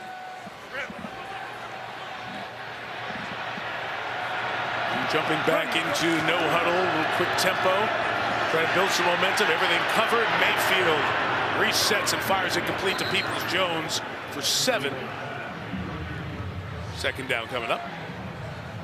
Yeah, who knows? Maybe this is the answer for Baker for a little while. Just sit in the pocket and make some plays. You know, I brought it up to Baker that when Jack Conklin was out and he had injuries to Wills at the tackle position, did it remind him a little bit of 2019 when they had real issues trying to block for him? And he said, yeah, a little bit. I hear you. Mayfield turned it around with a good season last year. Limited the last 2 games. No place to go for Chubb. Brandon Williams, the veteran, comes up with the play. I tell you, you're just going to see too many bodies up here. And when they're all piled in, as much as Nick Chubb wants to stay on this route of the outside zone, there's 3 guys there. And so they want to be a run-first team, but they're just overstacking the box on them, and they can't get it done. They need an answer right now from Baker. 3rd and 5. Incomplete. Demetric Felton, who has not seen the ball tonight, the rookie out of UCLA, who they like as a receiver, couldn't hang on. That look says it all. Watch the very end of this play. He's trying to look back to find Humphrey and lost the football, and you just can't do that. I don't know why Kareem Hunt wasn't in the game at that moment. I know Felton is very much a receiving back, but you know, I thought Kareem Hunt looked really good early on in this game. Absolutely. Jamie Gillen to punch it away again. Lefty sends an end over end, a 42-yard kick. That is fair, caught by Duvernay. Long field for the Ravens. They are up 10, halfway through the 3rd. Roman was the offensive coordinator for the 49ers. Colin Kaepernick was the quarterback, and obviously that had a significant impact, not just the football, but the society and the societal impact of it. Lamar Jackson in a very similar role. There are so many kids, college kids, high school players, who were running quarterbacks, who can throw as well, who were steered to other positions, whether in the recruiting process, high school to college, or coming from college to the NFL. But John Harbaugh believes that part of his legacy as a head coach will be what they've done here with Lamar Jackson. They've not only built a great enthusiasm of a fan base, they've built an offense that is inspired and, as in his mind, helped change the way the quarterback position is looked at. Lamar's made it happen, but those guys have facilitated it with the offense and the vision. And here's Lamar throwing on 1st down, incomplete, trying to ride the hot hand in his tight end, Mark Andrews. You know, the story of black quarterbacks playing has been talked about for many, many years. I was really surprised when we just brought it up, the general thought with John Harbaugh of what Lamar has done over these few years, how important it was to Harbaugh personally to be a part of this. Yeah, and it was like a philosophical discussion as well. He goes, everybody keeps looking for the same Tom Brady kind of quarterback. How many have there been in the last 20 years? 5, 6, something like that. He goes, take a look around college football. Who's successful on the back end? Who can make some of these plays? Why should we not give that a shot? The ability to run, the ability to make throws from the pocket, but also the ability to make those plays like we just saw to Andrews on that last drive that Tom Brady and Troy Aikman and they're not going to make, right? And so they built an entire offense around Lamar. And remember, when he got his chance to play, that was a long streak where they were not in the playoffs. Yes. And so when Flacco got hurt, and then Lamar came in and he carried them to the playoffs that year, no wonder he's loyal to him, right? I mean, there's a reason to be loyal to this guy. Here he goes on the run. And that's part of always the conversation with quarterbacks who do run, and we're seeing it in the NFL now, in college. Can you do it and stay healthy? Can you keep doing it for a long period of time? And I always look, Chris, at Russell Wilson. Russell Wilson has done a great job of keeping his mobility, his threat to run, and staying healthy, sliding, getting out of bounds. Use the rules in your favor, and this generation's benefiting from that as well. The guy I always think of is Jeff Blake, who played for Cincinnati. I had many, many, many long conversations with him about this entire subject. And he said he ended up going to East Carolina because that was the only team that would allow him to play quarterback. Everybody else said, no, you're a safety, you're a receiver, you're a running back. And he said, no, I'm not. I'm a quarterback. 2nd and 9, Lamar buying time here. He's just going to get rid of it out of the pocket. He got hit late. Clowney is going to cost him 15. Trying to negotiate with Jerome Boger. That's not going to work.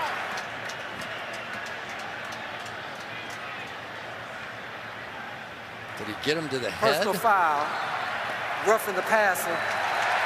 Defense, number 90.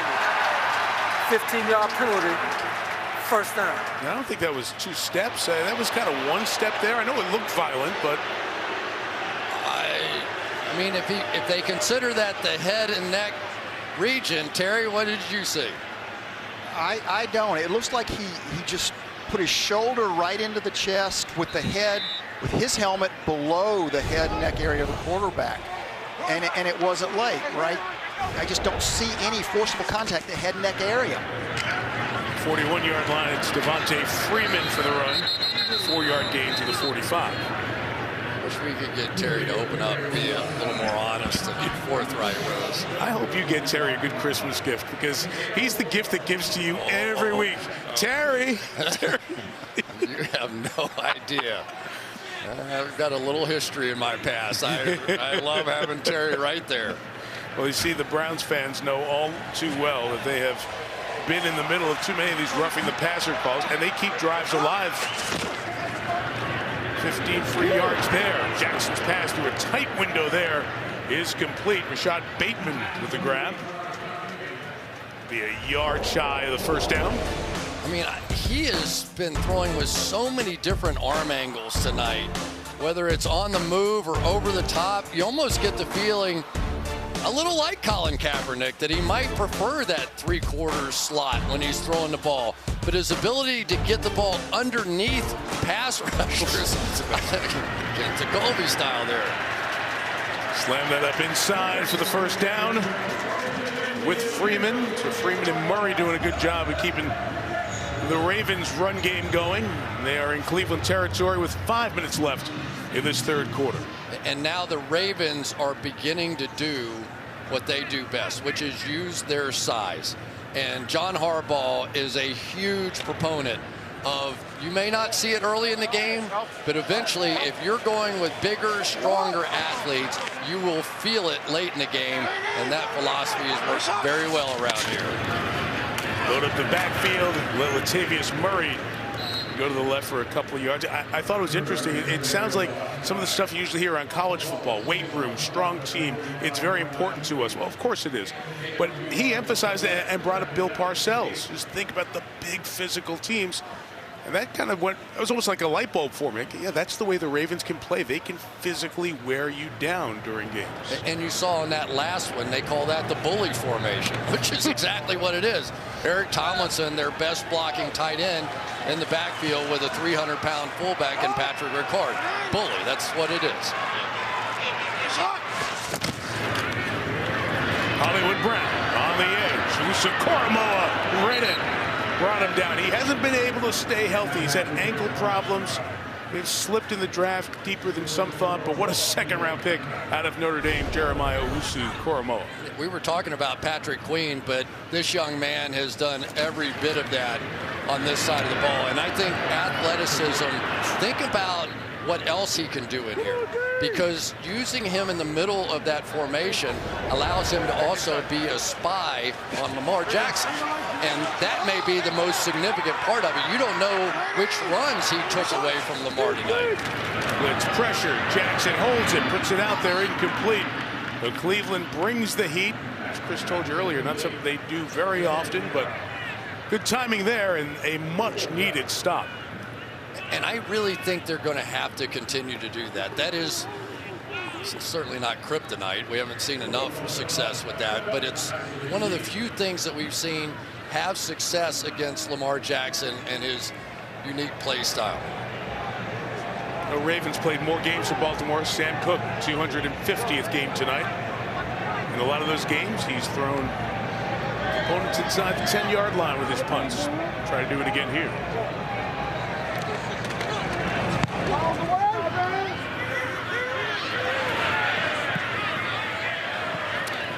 Right around the 14-yard line. Long field for the Browns. Have only scored 3 points here in Baltimore. When in town, some crabs. Eventually turned into some good crab cakes as well. Looks good. The leader in 5G. High school football playoff time. Dunlac beat Anne Arundel 40-6.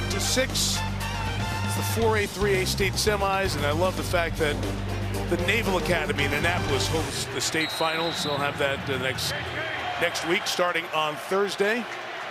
Good luck to the Dundalk Owls in that one. Good luck to the Browns offense. 3 points late third quarter. Started their own 13. trying to get it on the ground, going with Nick Chubb. Well, this is really Nick Chubb time, right? We have seen Nick Chubb play well in first halves of games, but typically in the second half, and in particular in the fourth quarter, he can take over. The problem is they have so discouraged the Browns in their running game, especially on early downs, that you just wonder if the Browns now have the patience to stay with it. Njoku and Hooper, the tight ends, exchange, with Harrison Bryant questionable to return with his ankle injury. Deep drop Mayfield, looking down the middle. Here comes Landry across the field. Jarvis Landry to midfield. Good gain for Landry. Inside the 45 of the Ravens. 46 yards. So again, everybody's thinking run here because they had a good, successful first down run. So now you get them right over the top of the linebacker that's going to step up. But it was that first down run that enabled that pass play to happen. And so if they can keep creating some offense running the football on first down, I think you'll see them have success with the play-action passing game. So on his birthday, Jarvis Landry has a season-high receiving yards, turning 29 today. And the 44, Mayfield has to get out of the way, as always, continuing to be a pass rush factor. But Njoku gets it to the 36-yard line. We have an injured Brown, Patrick Queen, the linebacker, had a big first half for the Ravens, requiring medical attention.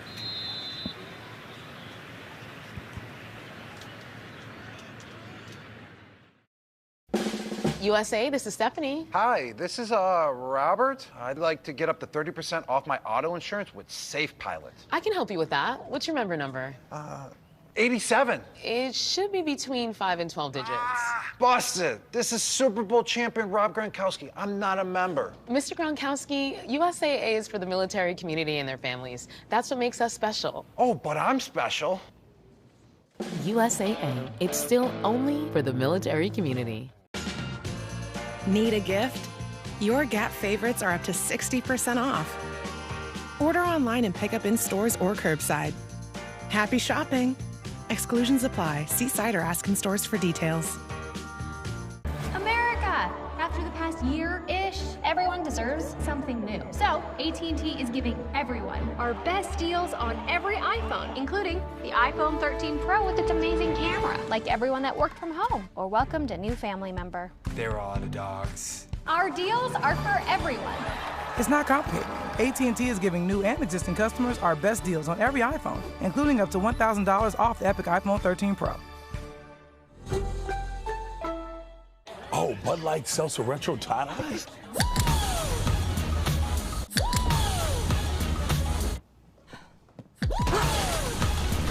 Have you tried these yet? Bud Light Seltzer Retro Tie, the loudest flavors ever. Welcome back, Bayside. Bayside is hosting the California School Spirit Competition. It's the perfect venue for our second kiss. What a delicious sight it will be. You're not a part of this, Spencer! They know I got it. Let's go! Annie! For one night only, the live musical is back.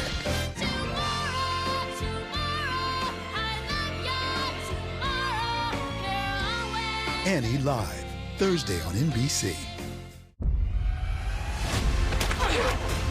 There's going to be another sinkhole in Seattle. If I don't get Isaiah to the light, my children will die.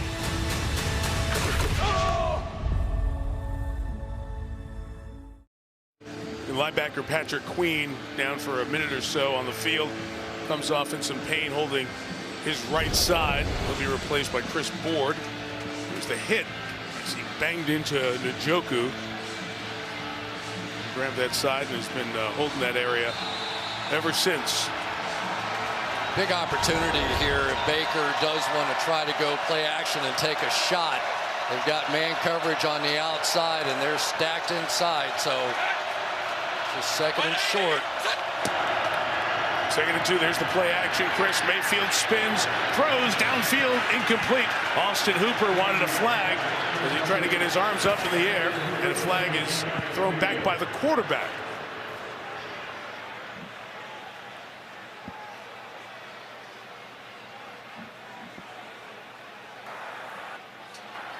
Personal foul, roughing the passer. Defense, number 54. 15-yard penalty, automatic, first down. I think you're going to have Bowser with a little helmet-to-helmet contact. Did not intend it, in a game this important. And John's never going to buy it. But I do think it happened. You can see the helmet rock. Yep. And you saw when he asked Jerome Boger, and Boger responded, he hustled back up the field. Bowser understands. Fans disagree, but Bowser's body language told you a lot. From the 21, Chubb, we have not seen Kareem Hunt much since mid-second quarter, and a carry to the 20-yard line. Hunt had missed the last 5 games, like you said, Chris, but he's on the sideline with the helmet, but not coming in. This play didn't work this time. They're going to pull around. This is one of their favorite plays where they come in and bounce this thing out. They run this so effectively, but for whatever reason, Chubb just didn't feel like he could get outside, and they are really frustrating this Browns running game. Peoples-Jones is the lone receiver to the bottom of your screen. 3 to the right. Mayfield's going that way. And the pass for Njoku. Still waiting on a signal as was close by the ground. Njoku's ready to celebrate. Still waiting for that signal. And have they said touchdown? They have for the moment. It's a 20-yard score if it stands. Nobody made a clear signal early on. I think that bounced. Didn't it go? Maybe it hit his leg. I knew it hit something beyond his hands. But if it bounced off his knee. Wow. I love the 70,000 referees on every play. That's the look right there. It gives you a sense if it hit the ground at all. And it's interesting, both officials down there took a long time, and nobody made a decision for a while. That one looks like it hits the ground, doesn't it? That was the one I saw. Terry, what do you think? It may hit the ground, Chris. Is it clear and obvious that it hits the ground, which is what we need to reverse this? So right now, I don't have it clear and obvious to reverse. It's really tight. The previous play is under review. And we'll find out. So they will go for a deeper look, and we will be back in 30 seconds after this from AWS. Hey, Bobby, can you take us through that final play? I just wanted AWS to stat that. Stat that. 2010 touchdown. Hey, get the stat. Yeah, AWS stat. No! Stat that! Stat that, kid.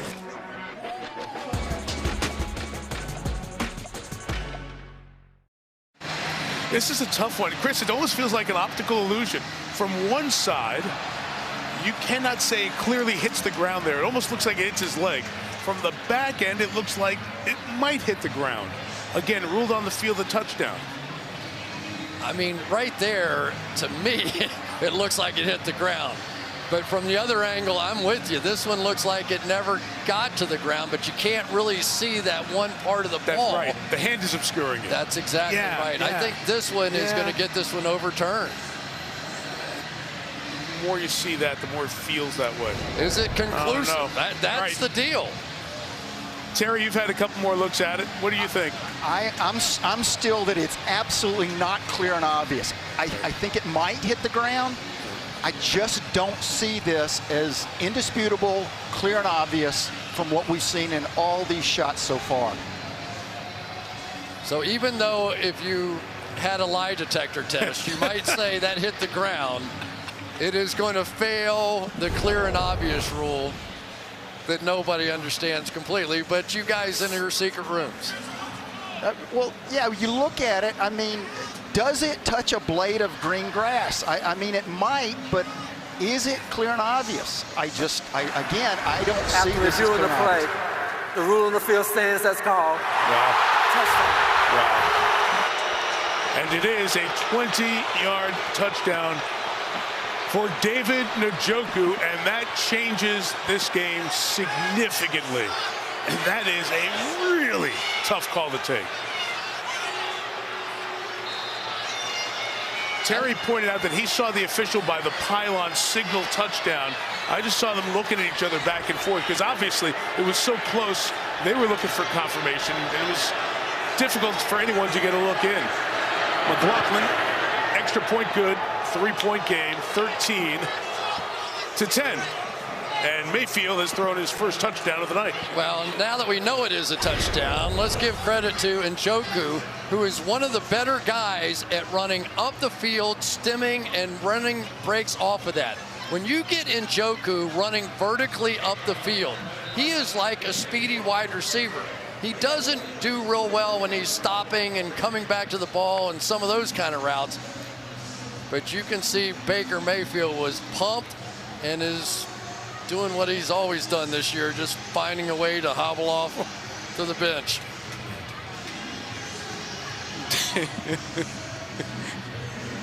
No caption needed. Now that's clear and obvious what he said. Very good. Of course, that is such a huge touchdown for Cleveland, obviously for the score, but you just had no feeling of confidence that they could get anything going and put it together. The big pass to Landry, and like you said, maybe they're going to have to win this one in the air, even though they are a terrific running team. Well, it's just North football. That's right. I lived in this conference. I know what it's like. Touchback here. Ravens will take over at the 25. While we were in commercial before, a couple of Paralympians, Jessica Long, Mackenzie Cohn, both terrific swimmers, were honored here. Long, 29-time Paralympic medalist, won 6 medals in Tokyo. Mackenzie Cohn, a 6-time Paralympic medalist. As the Paralympics will follow the Olympics in Beijing, which begin in 9.5 weeks. It's going to go fast. It'll be here before you know it. And the Olympics and the Super Bowl going on at the same time. We look forward to a very busy February on NBC. Lamar Jackson and the Ravens, could they get to Los Angeles and SoFi Stadium in the Super Bowl? They're the #1 seed in the AFC at the moment with a crazy 6 weeks ahead. First down, Clowney. He got away from Clowney again. Got away from 2. Got it to Ricard, and the 300-pound fullback delivers the blow on a former Super Bowl MVP and Malcolm Smith, who made the tackle. Clowney has to be out of his mind right now. I mean, they're all over it. Here's a former first overall pick in the draft, and he just can't get him. And then McDowell can't get him. I mean, it's insane what you have to do to get this guy on the ground. And the inability for somebody to ever hit him hard is just obvious, game after game. Tight after 3, Ravens 13, Browns 10. And NBC Sunday Night Football will continue after these messages in the division. But this one really has big meaning, especially for the Browns. There they sit at 6-5. If they win, they go to 7-5. The Ravens and the Bengals are 7-4. So the top 3 in the division would be separated by a half game. Cincinnati's already beaten the Ravens. So I guess Bengals fans are rooting for the Browns. Kind of. That would be hard for them to do. Exactly. But the other part of this, which is so interesting for the Browns play tonight. They have a bye, and then they play the Ravens in Cleveland. So they have back-to-back games with a bye in between. Meantime, Baltimore goes to Pittsburgh, and the Steelers will not be happy when they show up next week. So what an important quarter for the Browns' chances in the division right here. Jackson, Clowney, corkscrewed away from him again. Garrett chases him, but Jackson takes nothing and makes it a 7-yard gain. Clowney is just standing over there like, am I going to get you at any point here tonight? Poor Clowney, who's one of the great athletes in the National Football League. I mean, he was there. He could have hit him. He went with a pump fake. But watch Myles Garrett run him down. Now, you got to remember, Lamar Jackson's one of the fastest guys in this game. And Garrett got him. You got it, Clowney. You got it, Clowney. A lot of running for a gain of 8, and it's 3rd and 2. Over the back, they give it to Duvernay, coming around from his receiver spot for a big first down. Gain of 13 with Devin Duvernay. Yeah, Devin Duvernay has come a long way in his understanding of this offense, but they have found some magic with him on these jet sweeps and reverses. Just get him the football. And look at what that does, because as you begin to stretch a defense horizontally, there are some big run lanes now for Lamar Jackson to fake a play like that and run right up the gut.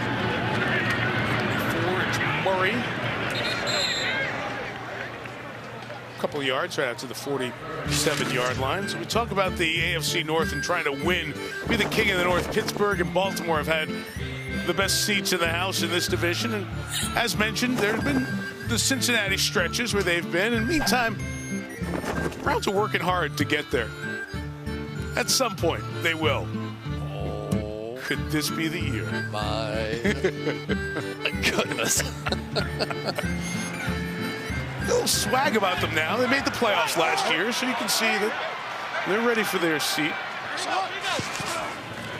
Got to get a big road win. Second to 9, Lamar looking deep down the middle for Andrews, his tight end. Again, was that intercepted? Yes, it was. What a pick.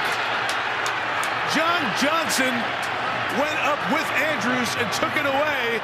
And the Browns with another interception of Lamar here tonight. They're fourth. That is as good an interception as you are ever going to see. Holy smokes. Off Andrews, held by Johnson. Browns ball. First place on the line here. Back to this interception. What a play. Yeah, and you've got John Johnson, who came over from the Rams this year. And if he doesn't get his head around here, it's entirely possible he gets pass interference. Instead, just by getting his head around, he's clear of the penalty. And somehow Andrews, who had a one-handed catch earlier, knocks it right back to John Johnson. Kareem Hunt back in the game, the running back. Browns from their own 13. Mayfield throws complete. Things opening up with Jarvis Landry. It's a 100-yard receiving night for Landry to the 29-yard line, first down. Well, it's really hard as you're trying to rush 4 or 5 people or keep those guys up close to the line of scrimmage to stop the run game, to stop these hooks in right behind it. This really is not the responsibility of the secondary in a zone coverage. And they only rushed 4. But those linebackers can't help themselves against the Cleveland Browns because they run it so often. After the 29, play action again. Mayfield for Hooper, overthrew him and dropped. Had the interception in the hands of Chuck Clark, and he dropped it.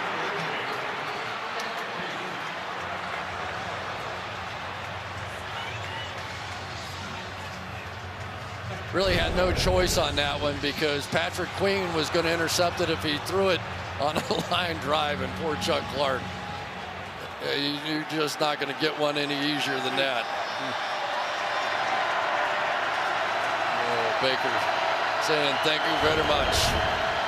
He's got a fumble, no interceptions. Cleveland has turned it over twice. Lamar Jackson intercepted a career-high 4 times tonight. Lots of turnovers. Run by Kareem Hunt. Out of 1 tackle. Puts the shoulder down. Powers forward. Big run of 9. And that's what you were talking about from the first half, Chris. Yeah, well, I mean, if the Browns lose this game, it's going to be because they couldn't run the football. And when Kareem Hunt was in the first half, not only did he give them some pop in the run game, I thought he did in the pass game as well. This is a Browns team that came in leading the league in rushing, 156 yards per game, 5.2 yards per carry. They rushed for 26 yards and 2 yards a carry. Just so you have some idea of how bad it's been so far. Let's see if they have the confidence to even run it here. Extra lineman Michael Dunn in the game. 3rd and a long yard. Mayfield trying to get the yard with the sneak. The shoulder injury and the heel injury and the foot and the knee and the whole deal. They move the chains. First down, Cleveland. Yeah, well, this is, we've got the best probably interior 3 in football. Why not? Let's just go get it here. And Baker's one of those chip on the shoulder kind of guys anyway. I mean, he had a game when he was at Oklahoma. Somebody tried to run through when they were doing their pregame warm-up from the other team, and he beamed him right in the helmet. I mean, that's the kind of guy you're dealing with number 6. The 41-yard line, first down, 10.5 remaining in regulation. Toss to Kareem Hunt. That was sniffed out. Patrick Queen injured in the third quarter. Back in the game, and he and Chuck Clark combined on the tackle. Just an amazing play by Chuck Clark here. It is so hard to set the edge on the outside of one of these tall sweeps, and he just got it done. Watch right here. He's going to take out the blockers, and he's going to make the tackle. That's fantastic. And then Queen's going to come clean it up because he did set that edge. Hunt out, Chubb in. 2nd and 13. Ravens bring in pressure. Mayfield nowhere to go. He's sacked from behind. Tyus Bowser, 5.5 sacks, team leader.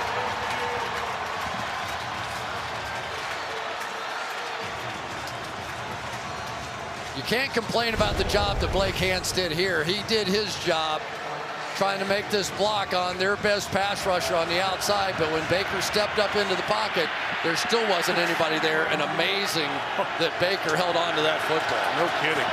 Force of the hit where the arm was.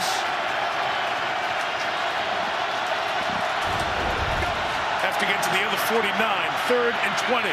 Look out. Mayfield, oh, somehow he got through to Jamarcus Bradley. Who gets near the 40-yard line, still 11 short of the first down, but Cleveland's fortunate to be punting this ball. I think it's a lot easier to read defenses up here than it must be on the field. I mean, he had a little arrow back out route, and I said Humphrey's going to the end zone with this one. He just missed. I don't think Marlon Humphrey can believe it. Well, they have the get-back coach on the sideline. You could be the lookout coach in the booth. I'm going to stop saying that. I'm with you, though. Scottish-born Jamie Gillen. 48 yards. What a play on special teams. Duvernay had nowhere to go. And A.J. Green will force Baltimore to go a long field. 8.5 to go. Tight as it is in the division. And say, honey, I was this close all night long to getting that number 8 Lamar Jackson, and I just could not get him on the ground. I mean, he's a phenomenal athlete, but nobody really has been able to solve Rubik's Cube. It is Lamar Jackson. Lamar's the one who's kept Cleveland in this game with the 4 interceptions, career high. Drive starts at the 14. Jackson on the edge, floats it out there. On the sideline, ruled incomplete. They bring up 2nd down. So this is interesting. You have 8.5 minutes left. Lamar Jackson's your guy. I mean, his electricity has helped this offense, but he's also thrown 4 interceptions. What do you do if you're play calling for Baltimore right now? Give him the ball. I mean, Michael Jordan missed a bunch of shots. What are you going to do? Give him the ball, right? I mean, you're going to give him the ball. If you get beat, you get beat. That's the way it goes. But I never want that guy thinking, under any circumstances, that I don't trust him and I don't believe in him. And I know that the Ravens are not even thinking about it. They feel the same way. There's no doubt. Freeman with the carry. Devontae with the game 2. Catherine? Well, Alejandro Villanueva credits Lamar Jackson for the Ravens' 4th quarter success. He said it's all about the poise of Lamar and his relationship with his receivers and his O-line. He told me Jackson is the most influential person on the team. He said he's the franchise, an amazing personality, incredibly likable. So when you see a quarterback play with that much effort, it truly does motivate and signal everyone else to play their best. Yeah, it was the MVP season of 2019, Catherine. It was before, when he walked in as the starting quarterback in his first year and helped get this team to the playoffs. 3rd and 7, big play for the Browns defense halfway through this 4th quarter. Jackson had it deflected. Did Clowney get a piece of that? He finally got something out of this tonight, and in a big spot to get the Browns the ball. He broke the curse of the frustration cam. Attaboy. I mean, maybe that's the safer way to go. Forget trying to catch them. Just get your hands up. And there it is. That was a big one, too.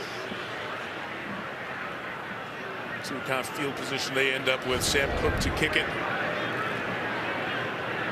Felton back deep to receive.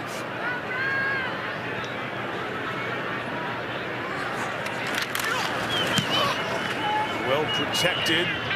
A soaring 49, 50-yard kick took Felton back to the 33. Not going to find space there. Ravens do an outstanding job on special teams. Not just their kickers, but their coverage units. Good show there. Eric Tomlinson, the tackle. Next Gen Stats powered by AWS, and here is what's happening. Basically, it has been the 8-man front of the Ravens on early downs, especially all night long, that has just frustrated this Browns running game. And at least so far, the Browns haven't made enough plays in the passing game to get them out of it. They average 157. They have 35 on the ground. But Mayfield's been better in the air than he has been the last 2 weeks. From the 30, the blitz comes. Chubb tries to get around the edge. And gets 6. Chuck Clark fought off the block of Austin Hooper to make the tackle. Good first down gain for the Browns. Yeah, and this is running the play effectively this time. So they'll pull both of these guys, but they're trying to get hooks out here so that you get the bounce out. Draw the linebackers up.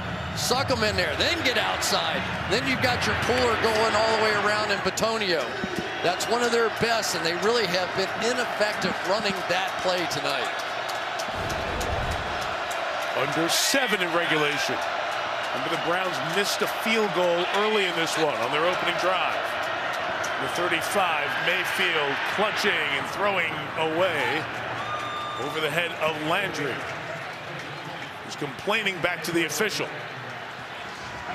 And I just wonder a little bit how much the loss of Harrison Bryant is impacting this offense as well. They're so used to that 3 tight end set.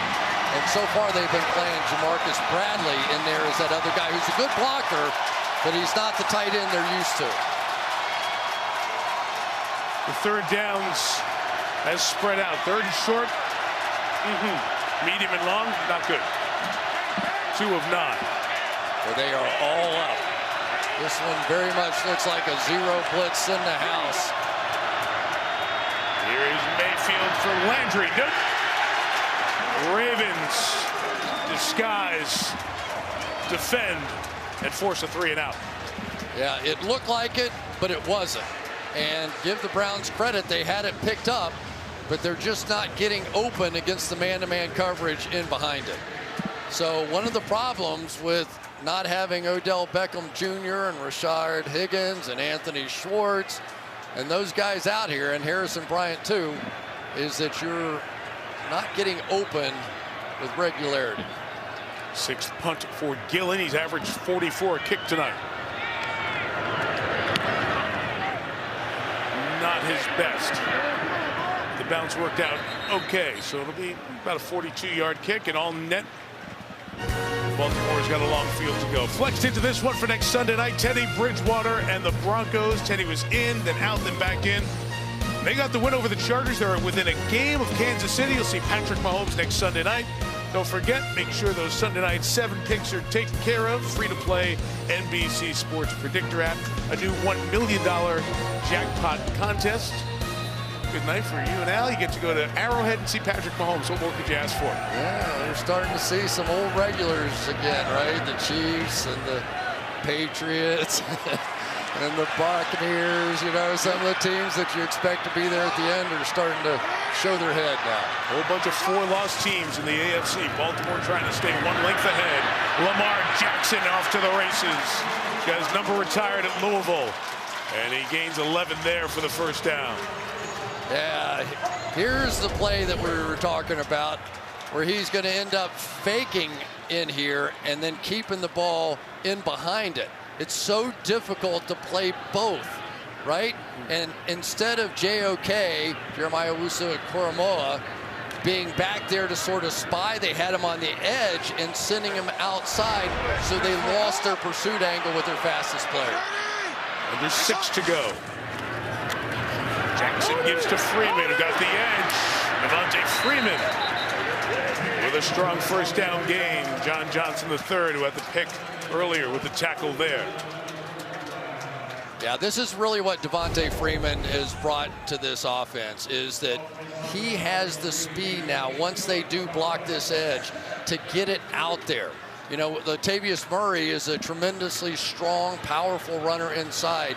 But once they started developing that outside complement, it has really advanced this offense. 8 on first down. Freeman gains 3 on second down, and that'll move the chains. The Ravens first down as we hit the final 5.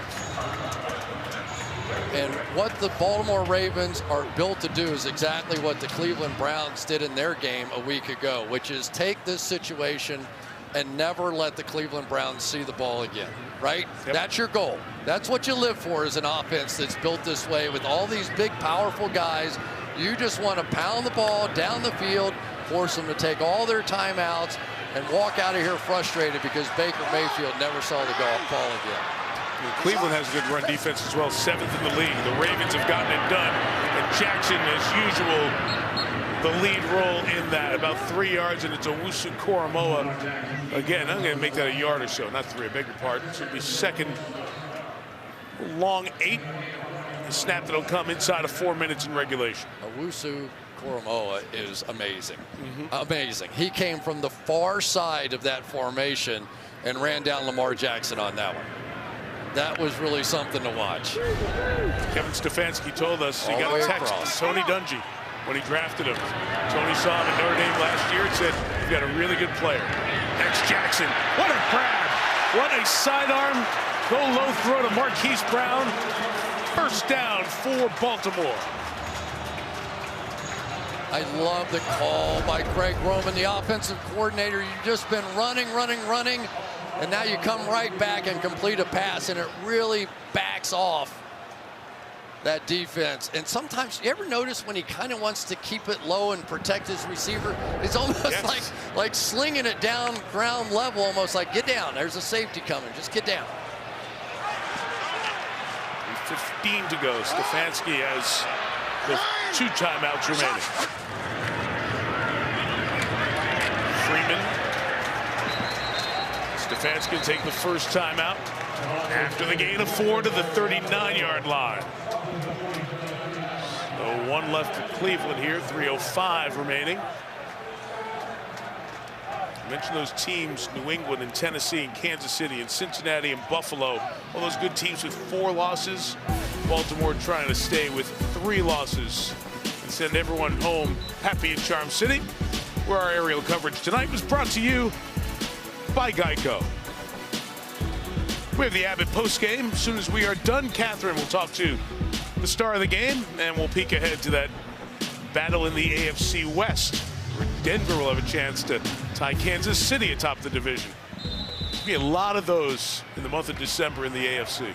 This is such a huge game. I mean to tell you, Baltimore can run this clock out, be the #1 seed. It's just huge. The 39, Lamar's going to keep it, split the defenders and dive for the first down. Marked right at the 33. If they give him that, they'll move the chains with 2:55 to go. They had it loaded up, so Clowney saw the play fake going away from him, and they were bringing the slot and Harrison off the edge here, but Clowney went for the run fake that way, and it just left them 1 short. You could see how frustrating it has to be to play against them. I mean, it's just sleight of hand, you know? It's like watching magicians work.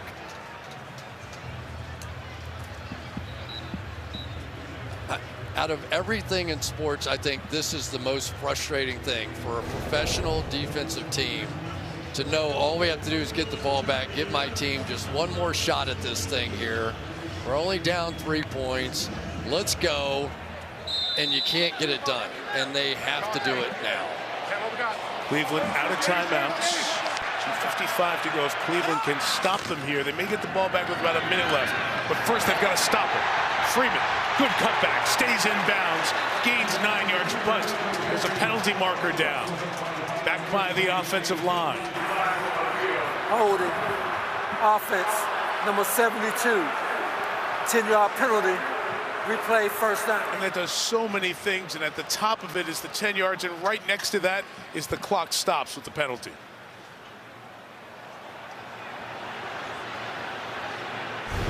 So many times that when this ball bounces out, you're going to see it right here, that grab right there turns into an obvious hold. And that's what the officials see. It was really a play intended to go inside, and so when it bounced, it surprised Powers. It's the break the Cleveland Browns needed, though. I don't think they were going to stop it. Now they get a big opportunity to get these pass rushers back involved, possibly. The timeout, so Baltimore just keep it on the ground, bleed as much time as possible. Good run by Freeman. They've been getting big chunks in the running game here on this drive. We'll have to snap it one more time before the 2-minute warning.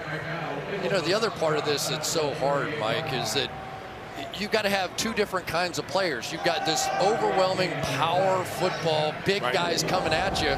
But if you don't have the Jeremiah Owusu-Koramoah type players on the field, some of the smaller, faster guys, you can't keep up with Lamar Jackson. Right. And you don't know what you're going to get. We got all the big guys. We're going to be lined up and steamroll you, or he may just scoot past you. See if this play takes long enough to get it to the 2-minute warning. It should. Freeman dancing. Got through another tackle. And stops him there. Harrison goes down with a hit. And they're out to look at him one more time as we get to that 2-minute warning. It has been a physical game. You can see it on Harrison's uniform, too. So we're at the 2-minute warning. We will have third down coming up. Third and about 10. In Tucker's field goal range. So let's take a peek at what we've been talking about, those numbers in the AFC. Baltimore in that #1 seed position for now would stay there with a win over Cincinnati. If Cleveland comes back, would jump over to be the division leader because Cincinnati has the head-to-head victory over Baltimore. Big win for New England over Tennessee. We'll see Kansas City next Sunday night. We saw Buffalo in New Orleans on Thursday. They're at 7-4. The teams in the hunt include the Raiders, who had that huge win in Dallas. These Browns, the Broncos next Sunday, the Colts, who lost to Brady and the Buccaneers, and the Steelers, who just got shellacked by Cincinnati today. You know, and the Bengals have 3 wins in the division as well. Yeah. So, and they have a win over Baltimore here. Their only loss in the division to Kevin Stefanski and the Browns at home. They play the fewest of the division games down the stretch, but they do have Kansas City coming to Cincinnati in week 17. But for the Browns, it's right here. It's 3rd and 11. A field goal, we talked about how good Tucker is. A field goal from here would be 52 yards. Still keep you in the game with a chance. So they're going to have to make sure they don't let Lamar get free, make a run, and close the game. I think you have to spy them at this point because their best chance in so many ways is either to hit Mark Andrews on a seam, which they'll probably try, or Lamar Jackson's going to take off with this thing. What will Greg Roman, the offensive coordinator, call? 3rd and 11. Lamar Jackson. They bring pressure. Jackson throws. It's caught over the middle. So that'll keep the clock running. Denzel Ward makes the tackle on Marquise Brown. The field goals have to be just around 48 yards for Justin Tucker. And the Ravens will bring it all the way down. Probably take a timeout, too, to maximize the runoff. Jeremiah Owusu-Koramoah right there, the spy. Watch this. He's going to act like he's rushing to hold that center, not let him help with anybody. But all he was doing was watching Lamar Jackson. And one of the reasons they were so excited to draft him was for one player and one player only, and that's Lamar Jackson. The way he's played tonight, it's proven valuable. Well, the defense has played very well, right? I mean, you got to be thrilled to hold Baltimore to 13 points 4 picks at home. Yeah. Yeah, I mean, they did their job. Well, Cleveland's going to get a chance here. Question is, will it be a 3-point deficit or 6? You've got Tucker, who just went over to practice 1 or 2 more in the net. Kevin Stefanski's thinking about the plays he's going to call after the Tucker kick.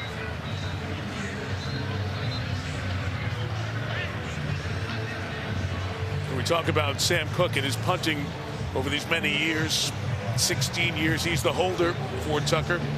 Morgan Cox was here for a long time as the long snapper. It's been Nick Moore the last 2 years, delivered that perfect snap earlier.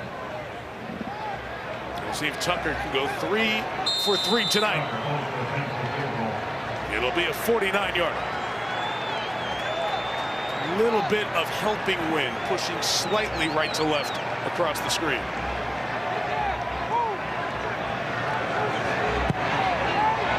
Absolutely perfect.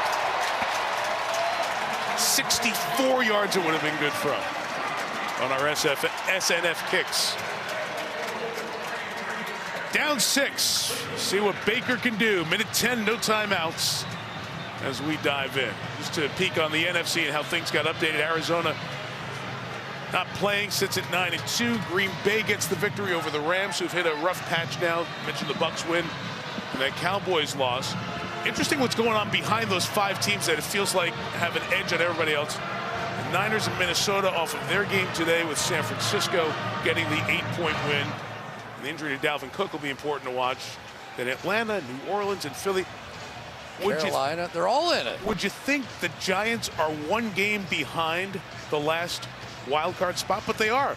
Yeah, and the team I would keep an eye on right now, San Francisco.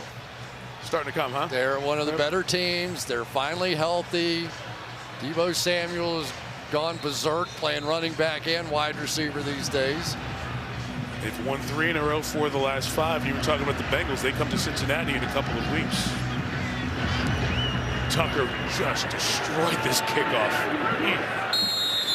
They'll start at the 25 and 70 seconds for Baker Mayfield and the Browns.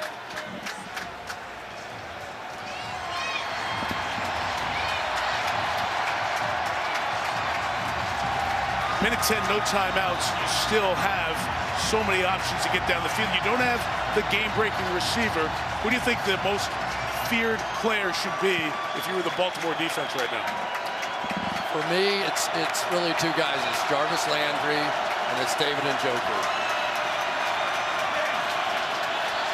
Dearness Johnson is the running back to start this drive. Here we go from the 25. Mayfield in trouble. Can't escape. Did get rid of it, though, and incomplete. And that is big. You hear every quarterback saying, can't take a sack, can't take a sack. He didn't.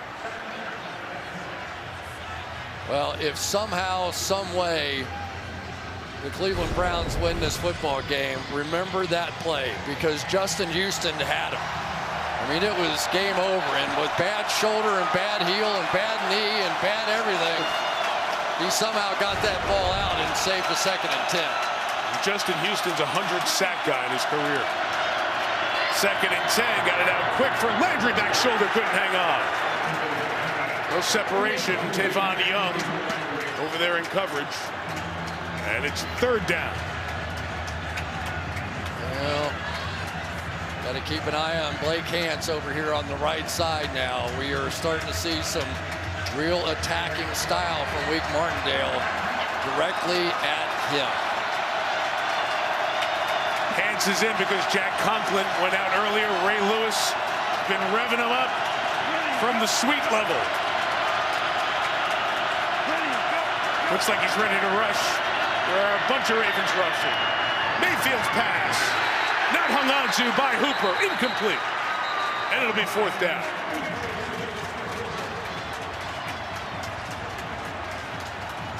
Really a nice job of protection, and Mike, as a receiver, that's the best you can hope for. You end up with 6 men rushing. You have a 7-man protection. They pick it up beautifully. Somebody has to win one-on-one, and nobody did. Bowser is back in coverage. Gotta have it 4th and 10. Will they come with an all-out blitz? They do. Mayfield throws. It's caught. Njoku can't get there. Bowser the tackle. Baltimore will take it.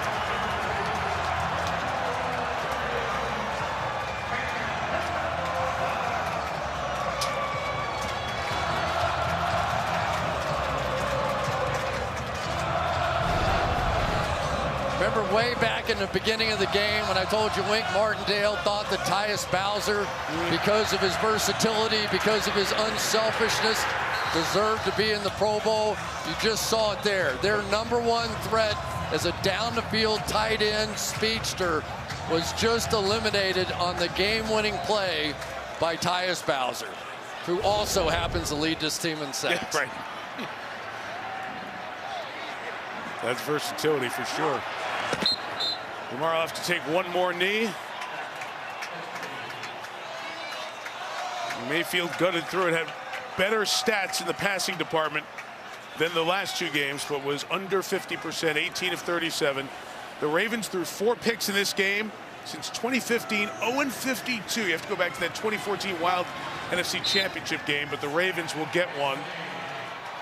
And I guess for the week, the final tally is Harbaugh's 2, Ohio nothing. You've been waiting all night for that one. It allows me to enter Ann Arbor safely when I return home. And it's not even the biggest Harbaugh win of the week. Not even close, right? But a huge one for John Harbaugh and the Ravens, who remain the number 1 seed in the AFC and remain the leaders in the North. Final is 16-10. Abbott postgame after these messages from your local NBC station.